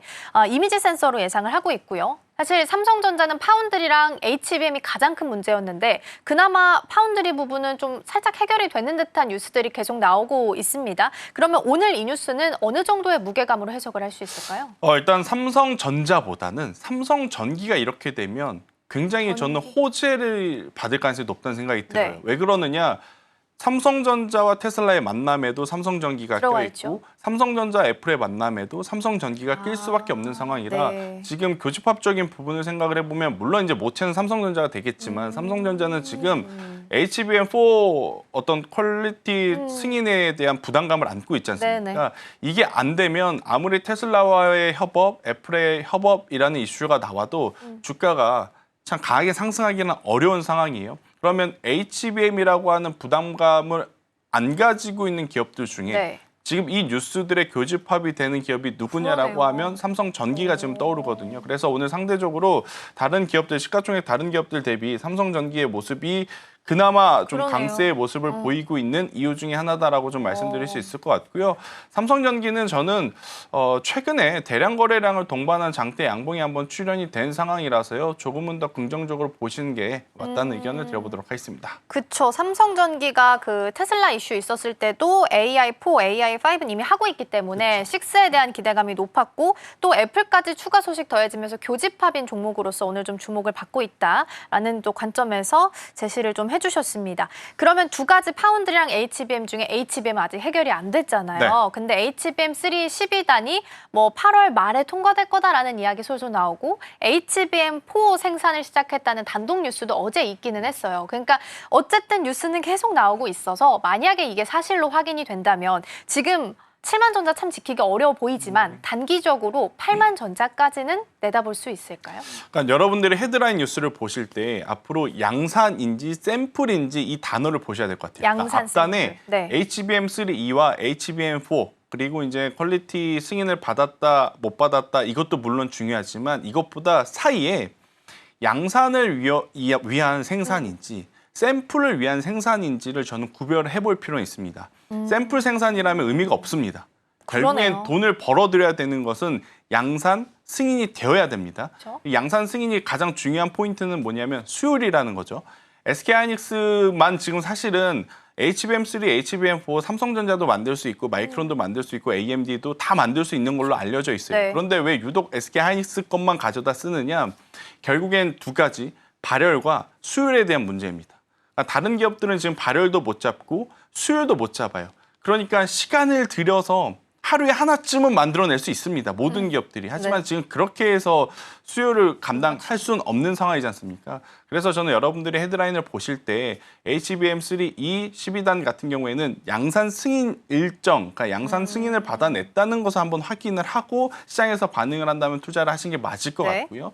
HBM4도 마찬가지입니다. 퀄테스트라기보단 양산 승인 그리고 양산 들어가는 일정들이 확인이 되어야 앞으로 이제 삼성전자의 주가는 움직일 가능성이 높다. 왜냐 지금의 어떤 7만 전자 그리고 이제 7만 초반대의 가격은 네. 앞으로 양산을 받을 가능성이 높다는 부분까지 선반영이 되어 있는 주가로 저는 보고 있거든요. 그래서 여기보다 7만 5천 원, 8만 전자로 가려면 HBM3E와 HBM4에 대한 양산 일정의 마침표가 찍혀줘야 네. 저는 갈 수 있다. 이렇게 설명을 드리도록 하겠습니다. 비슷한 뉴스는 계속 너무 많이 나오고 있으니까요. 양산 승인과 관련한 정확한 워딩이 좀 들어가 줘야 주가도 반응이 좀 나올 수 있겠다라는 측면에서 말씀을 주신 것 같습니다. 자, 그러면 이번에는 두 번째 테마로 넘어가서 중국 소비랑 K-팝 데모넌터스로 묶었던 이쪽을 좀 같이 볼 텐데요. 이제 어제 속보로 전해졌었죠. 중국인 단체 관광객 관련해서 무비자 입국을 9월 29일로 예정을 좀 하고 있는데 한시적으로 시행을 한다고 합니다. 뉴스 나오고 바로 노랑풍선이 상한가 갔다가 상승분을 반납하고 종가를 좀 만들어낸 상황인데요. 오늘은 엔터랑 카지노까지 같이 네. 움직임이 좀 나오고 있는 상황이거든요. 오늘 노랑풍선 조금 내리고 있기는 하네요. 그러면 전반적으로 이 뉴스에 대한 수혜주는 그룹핑을 어디까지 좀 해야 돼요? 근데 저는 여행사는 시청자분들이 좀 고민해 볼 필요는 있다는 생각이 들어요. 왜요? 그러니까 우리나라 분들이 중국을 가면 우리나라 여행사를 이용하겠죠. 근데 네. 지금의 뉴스 골자는 중국 분들이 우리나라에 들어오는 이야기잖아요. 근데 그러네요. 그분들이 과연 하나투어, 모두투어, 참 좋은 여행, 노랑풍선을 이용해서 우리나라에 관광을 들어올까? 이걸 생각을 해보면 저는 단발적인 테마주라고 보시는 게 맞을 것 같고요. 네. 대신에 이제 많이 들어온다는 관점으로 보면 간밤에 또 우리가 원자재 시장 중에 WTI 유가 내렸습니다. 유가 내리면 자연스럽게 또 눈이 갈 수 있는 쪽이 항공 쪽인데 항공 쪽도 지금 LCC 관련해서 T-웨이 항공만 저는 보시는 게 맞을 것 같고 그리고 이제 소비가 늘어난다라는 기대감은 이미 시장에 많이 반영이 됐습니다. 카지노 5월달부터 올랐고요. 그러니까 너무 화장품, 올랐어요. 피부 미용 의료기기는 뭐 진작에 올랐고요. 네. 이러한 상황이라서 참 낮은 가격에 있는 위치 찾기가 어려운 상황에 저는 그 대체제가 될 수 있는 게 LCC인데 LCC에서도 TV 항공만을 저는 보셨으면 좋겠다라는 의견 한번 드려보도록 하겠고요. 화장품 쪽은 어제 피부 의료기기 모두 포함해서 네. APR이 또다시 이제 시장에 어떻게 보면 히어로로 탄생했기 그쵸. 때문에 제2의 APR 찾는데 이제 혈안이 되어 있을 겁니다. 그런데 제2의 APR이 나오기에는 네. APL의 시총이 너무 큰 상황이라서 그나마 근접해 보이는 쪽을 찾아본다면 달바 글로벌의 실적 발표 이후에 추가 슈팅이 나오는 부분을 좀 우리는 기대해 봐야 될 것 같거든요. 네. 그래서 화장품 쪽을 본다면 달바 글로벌 쪽까지 한번 보시는 게 맞다라는 의견 드리겠습니다. 그러게요. 그러면 마침 APR 이야기가 나왔으니까 좀 하나 보면은 어쨌든 아모레퍼시픽, LG생건 시총 뛰어넘고 특히나 LG생건 대비해서 2배까지 이야기가 좀 나왔습니다. 중소형사들이 대형사들을 좀 뛰어넘는 듯한 흐름이 좀 나타나고 있는 상황인데 근데 주가가 12개월 선행으로 좀 봤을 때는 한 28배? 그러니까 차익이 나올 법한 위치인데도 계속 그쵸. 이 흐름이 끊어지지 않고 계속 가고 있단 말이죠. 그럼 보유하고 계신 분들은 뭐 행복한 고민이겠지만 신규로 고민하신 분들한테는 굉장히 어려운 자리일 것 같아요. 어떻게 그쵸. 좀 조언을 주실 수 사실 있을까요? 앞서서 이제 가장 중요한 건 포워드 PER 자체가 지금 부담이 되잖아요. 그럼에도 불구하고 세런 뉴스로 나올 법함에도 상승을 한 이유는 뭐냐면 그러니까요. 주주환원 정책을 좀 강하게 했었어요. 자사주 매입 소각에 대한 이야기를 동시다발적으로 했기 때문에 어제 굉장히 호실적 나오면서 강한 상승 슈팅이 나왔음에도 그 슈팅이 이어지는 상황이거든요. 일단은 보유자분들의 영역으로 봐야겠죠. 하지만 이제 네. 만약 화장품주 전체적으로 피부 미용 의료기기 전체적으로 조정이 나온다면 그 조정을 이용해서 담아내야 될 1순위임은 분명하다라는 의견을 한번 드려보면서 저는 화장품 쪽 지금 가지고 계신 분들은 즐기셔야 되는 것 같고요. 없으신 분들은 너무 조바심 내실 필요는 없을 것 같습니다. 중국인 무비자 입국하는 부분 이게 아니더라도 이미 우리나라에 굉장히 많은 관광객분들이 오셔서 화장품, 피부 미용 의료기기 쪽은 사실은 이제 PER 기준으로 보면 다소 고민이 되는 그러니까요. 위치까지 네. 올라온 것이 팩트다라는 의견 드리겠습니다. 그러면 수혜를 볼 수 있는 쪽 중에 생각하면 사실 OEM이나 ODM 업체들은 뭐 가격이 싸든 비싸든 뭐 중국 제품이든 미국 제품이든 상관없이 다 만들어낼 수 있는 거잖아요. 어떻게 보면 상대적으로 가장 수혜지 않을까라는 생각이 좀 들어서 그렇게 보면 조선의 엔진 같은 역할을 좀 해줄 수 있지 않을까? 계속 긍정적으로 OEM과 ODM은 볼 수 있지 않을까라고 보거든요. 어떻게? 저도 그 말에 동의를 합니다. 하지만 이제 한 가지 경계감은 뭐냐? 공교롭게 OEM, ODM사의 대표 제품들이 선크림을 좀 많이 예를 들어서 네네. 올라왔잖아요. 네. 근데 또 여름이 지금은 한참이지만 한 주, 2주 지나면 또 이제 여름에 그렇죠. 어떤 끝 무렵까지 우리가 가는 상황이 되었기 때문에 OEM, ODM 좋은 건 알겠지만 네. 속도에 대한 고민은 좀 해볼 필요는 있다라는 생각이 들어서 일단은 우리가 2분기 말쯤에 어떤 생각했던 매매 전략에서 벗어나서 네. 3분기 초에는 실적이 나오는 쪽에 더 집중을 하시는 게 맞다. 만약 달바 글로벌이라든지 VTR 같은 기업들이 실적이 잘 나오게 되면 저는 그쪽으로 그냥 수급이 쏠릴 가능성이 높다는 생각이 들거든요. 그래서 실적을 보고 지금은 화장품 쪽은 덜 오른쪽에서 생각보다 높은 실적이 나오는 쪽을 한번 고민을 해보시는 게 더 네. 나은 전략이지 않을까 이렇게 설명드리겠습니다. 그러면요, 그 외국인 그 환급 이제 종료되는 글로벌 텍스프리가 가장 크게 피해를 좀 받았었는데 하한가 맞고 떨어진 자리에서 더 떨어졌고 지금 아직까지 만회가 전혀 되지 않은 상태긴 한데 만약에 이 종목에 대해서 보유하고 계신 분들이라면 비중을 줄이는 게 맞는 거예요? 아니면 줄이는 게 맞는 거죠. 아, 그래요? 글로벌 텍스프리가 만약에 여러 가지 사업 포트폴리오를 가지고 있다면 한쪽이 조금 밀리더라도 다른 쪽에서 기대를 해보고 평가를 해볼 수는 있겠지만 여기는 그냥 딱 텍스프리 텍스프리. 하나입니다. 네. 그런데 이제 그 근본 자체가 흔들려 버리는 정책 이야기가 나왔기 때문에 한번 이렇게 좀 무너진 투심은 네. 빠르게 회복하기는 어려울 것 같고요. 중간중간에 분명히 기술적인 반등은 나올 겁니다. 네. 하지만 이제 기술적인 반등보다는 근본적으로 어떤 불확실성이 해결되지 않는 이상 주가가 좀 과하게 다시 예전의 자리로 돌아오는 것은 저는 무리일 수 있겠다라는 의견 드려보면서 죄송하지만 네. 글로벌 텍스프리에 대한 비중은 조금 줄이시는 게 저는 맞지 않을까라는 조심스러운 의견을 드리겠습니다. 네, 오히려 반등이 조금씩 나오게 된다면 그때를 좀 기회로 삼아서 비중을 좀 줄여나가셔야 될 것 같고요. 마지막으로 우크라 재건까지 확인을 좀 할 수 있겠네요. 오늘 움직임 보면 SY 스틸텍 9%, SG가 한 6.5% 정도 움직임 나오는데 사실 뉴스는 계속 반복적으로 비슷하게 나오고 있는 상태인데 어쨌든 나올 때마다 반응이 좀 있기는 합니다. 그래서 워낙 작은 종목들이 많긴 한데 건설 기계 쪽은 좀 다르게 볼 수 있을지 궁금하거든요. 그러니까 조금 더 지켜보시는 게 맞을 것 같아요. 지금 화면에 나오고 있는 인프라 관련 주들은 괜찮습니다. 네. 그러니까 HD 현대 건설 기계와 HD 현대 인프라 코어라든지 이러한 기업들은 괜찮은데 네. 재건 관련이라고 해서 움직였었던 중소형 테마주들은 네. 지금 트럼프가 푸틴 만난다, 젤렌스키 만난다, 그리고 뭐 평화를 위해서 뭐 전쟁을 끝내겠다 네. 한 게 벌써 반년이 지나갑니다. 맞아요. 그렇기 때문에 미리 좀 움직이는 것보다는 여기도 단기적인 테마성의 움직임으로 오늘도 장 초반에 움직였다지 벌써 윗꼬리가 달린 상황이라 네네. 이런 종목군들은 초반보다 후반에 강해지면 그때 쫓아가는 게 저는 맞다라는 생각이 들어서 전진건설로봇, SY스틸텍, 대동, TYM 정도까지 네 종목은 이제 추려서 타이밍을 좀 기다려 보시는 게 더 나은 선택지일 수 있겠다고 설명드리겠습니다. 네, 우선은 그래도 인프라 쪽으로 해서 좀 종목을 압축해서 보는 전략이 필요하기는 하겠네요. 오늘 SY 스틸텍이 가장 강하긴 한데요. 10%대 상승불 켜져 있는 상황입니다. 자, 개장 분위기 잘 살펴봤고요. 본부장님과는 오늘 여기서 인사 나누겠습니다. 오늘 말씀 고맙습니다.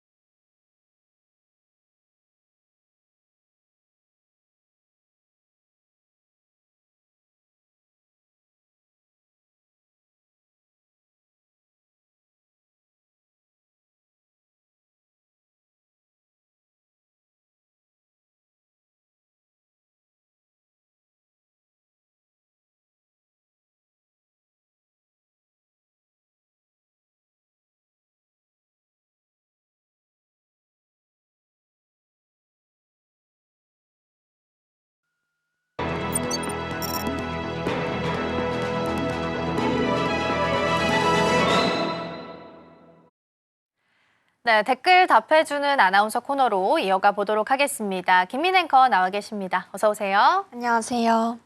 네, 오늘도 댓글 살펴보면서 투자 전략 함께 고민해 보겠습니다. 먼저 첫 번째 댓글 화면을 통해서 함께 만나보시죠.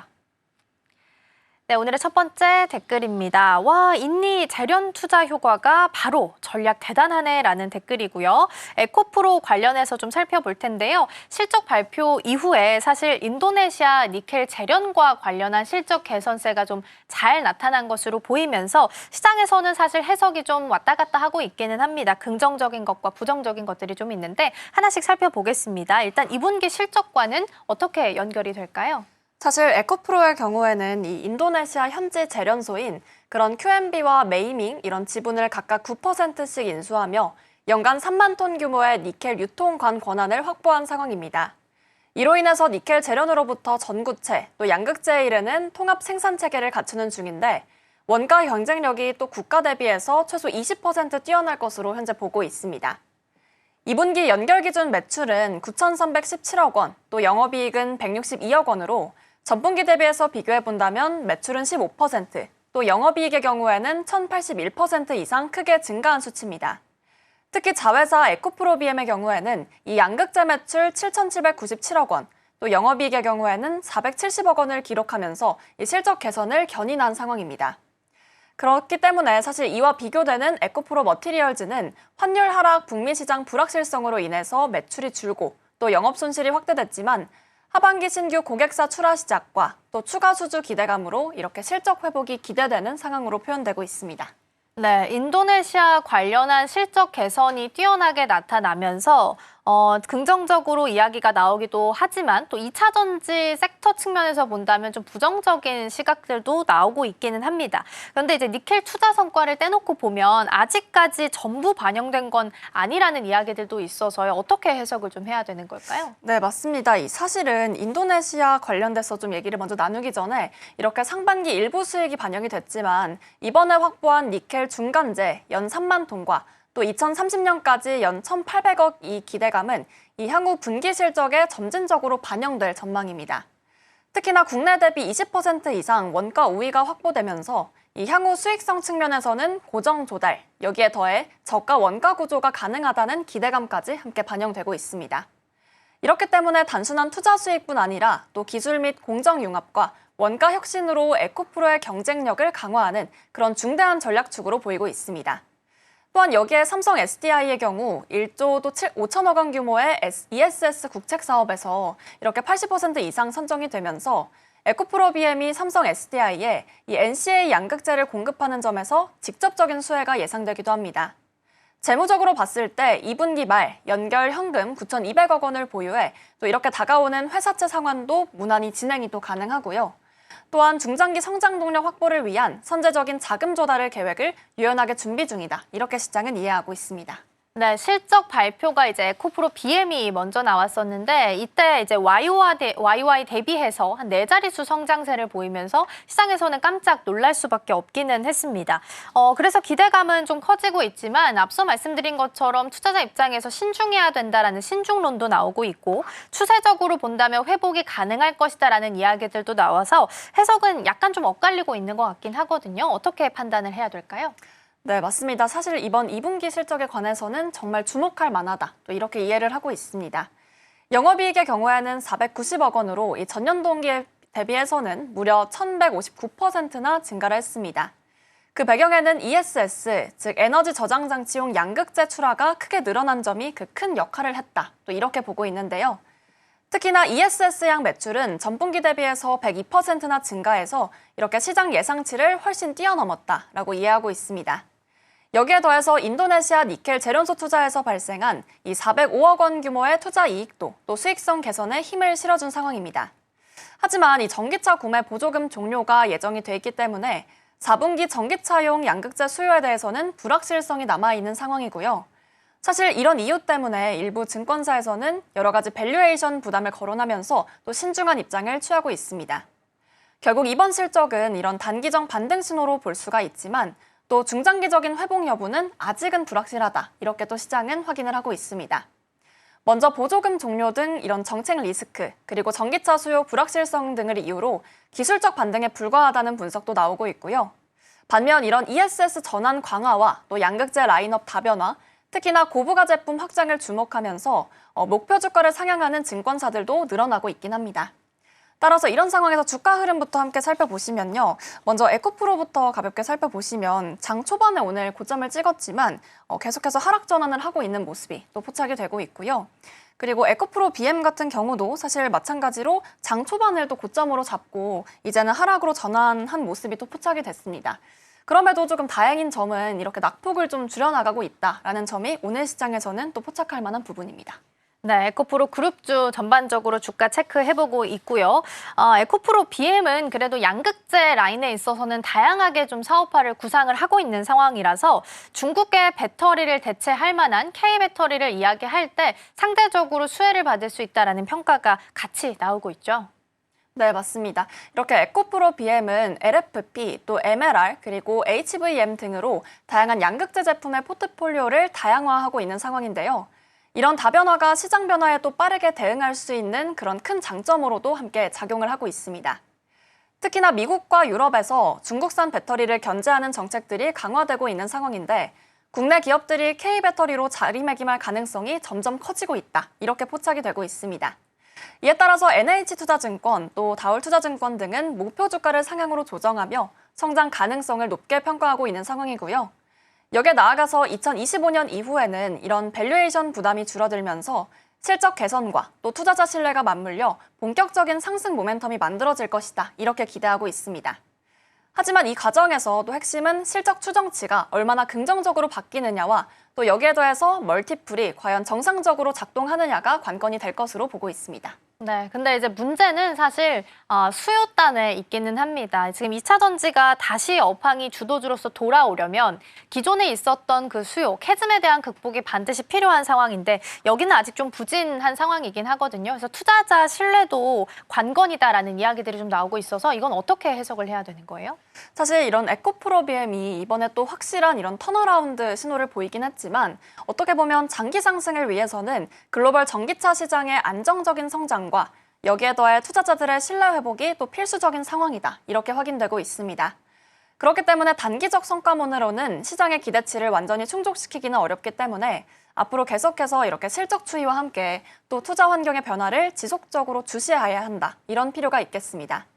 또 여기에 더해서 투자자 입장에서는 기대와 우려가 혼재하는 만큼 계속해서 신중한 접근이 필요하다라고 증권사들은 설명하고 있습니다. 네, 이제 앞선 코너에서 잠깐 이 내용을 다뤘습니다. 이제 뒷코너에서 예정이 되어 있었기 때문에 전문가의 시선에서 먼저 좀 들어봤었는데요.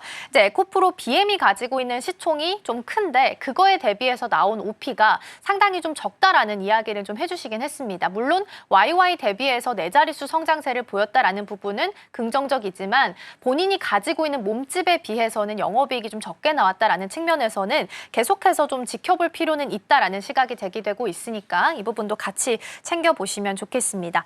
자, 에코프로 관련한 댓글까지 잘 살펴봤고요. 김민 앵커와는 여기서 인사 나누겠습니다. 오늘 말씀 고맙습니다.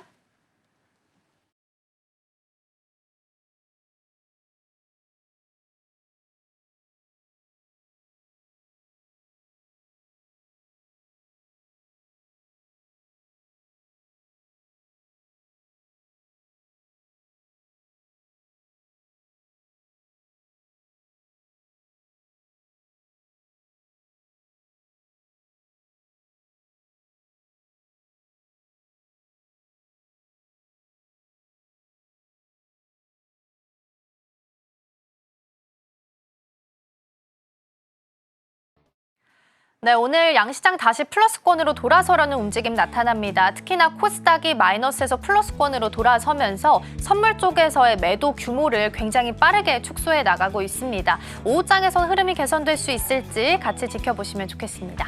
저희가 방송 중에 제공해드린 정보는 투자 판단을 위한 조언일 뿐 해당 종목의 가치와 수익률은 보장하지 않습니다. 저희는 내일 더 다양한 소식 준비해서 돌아오겠습니다. 시청해주신 여러분 고맙습니다.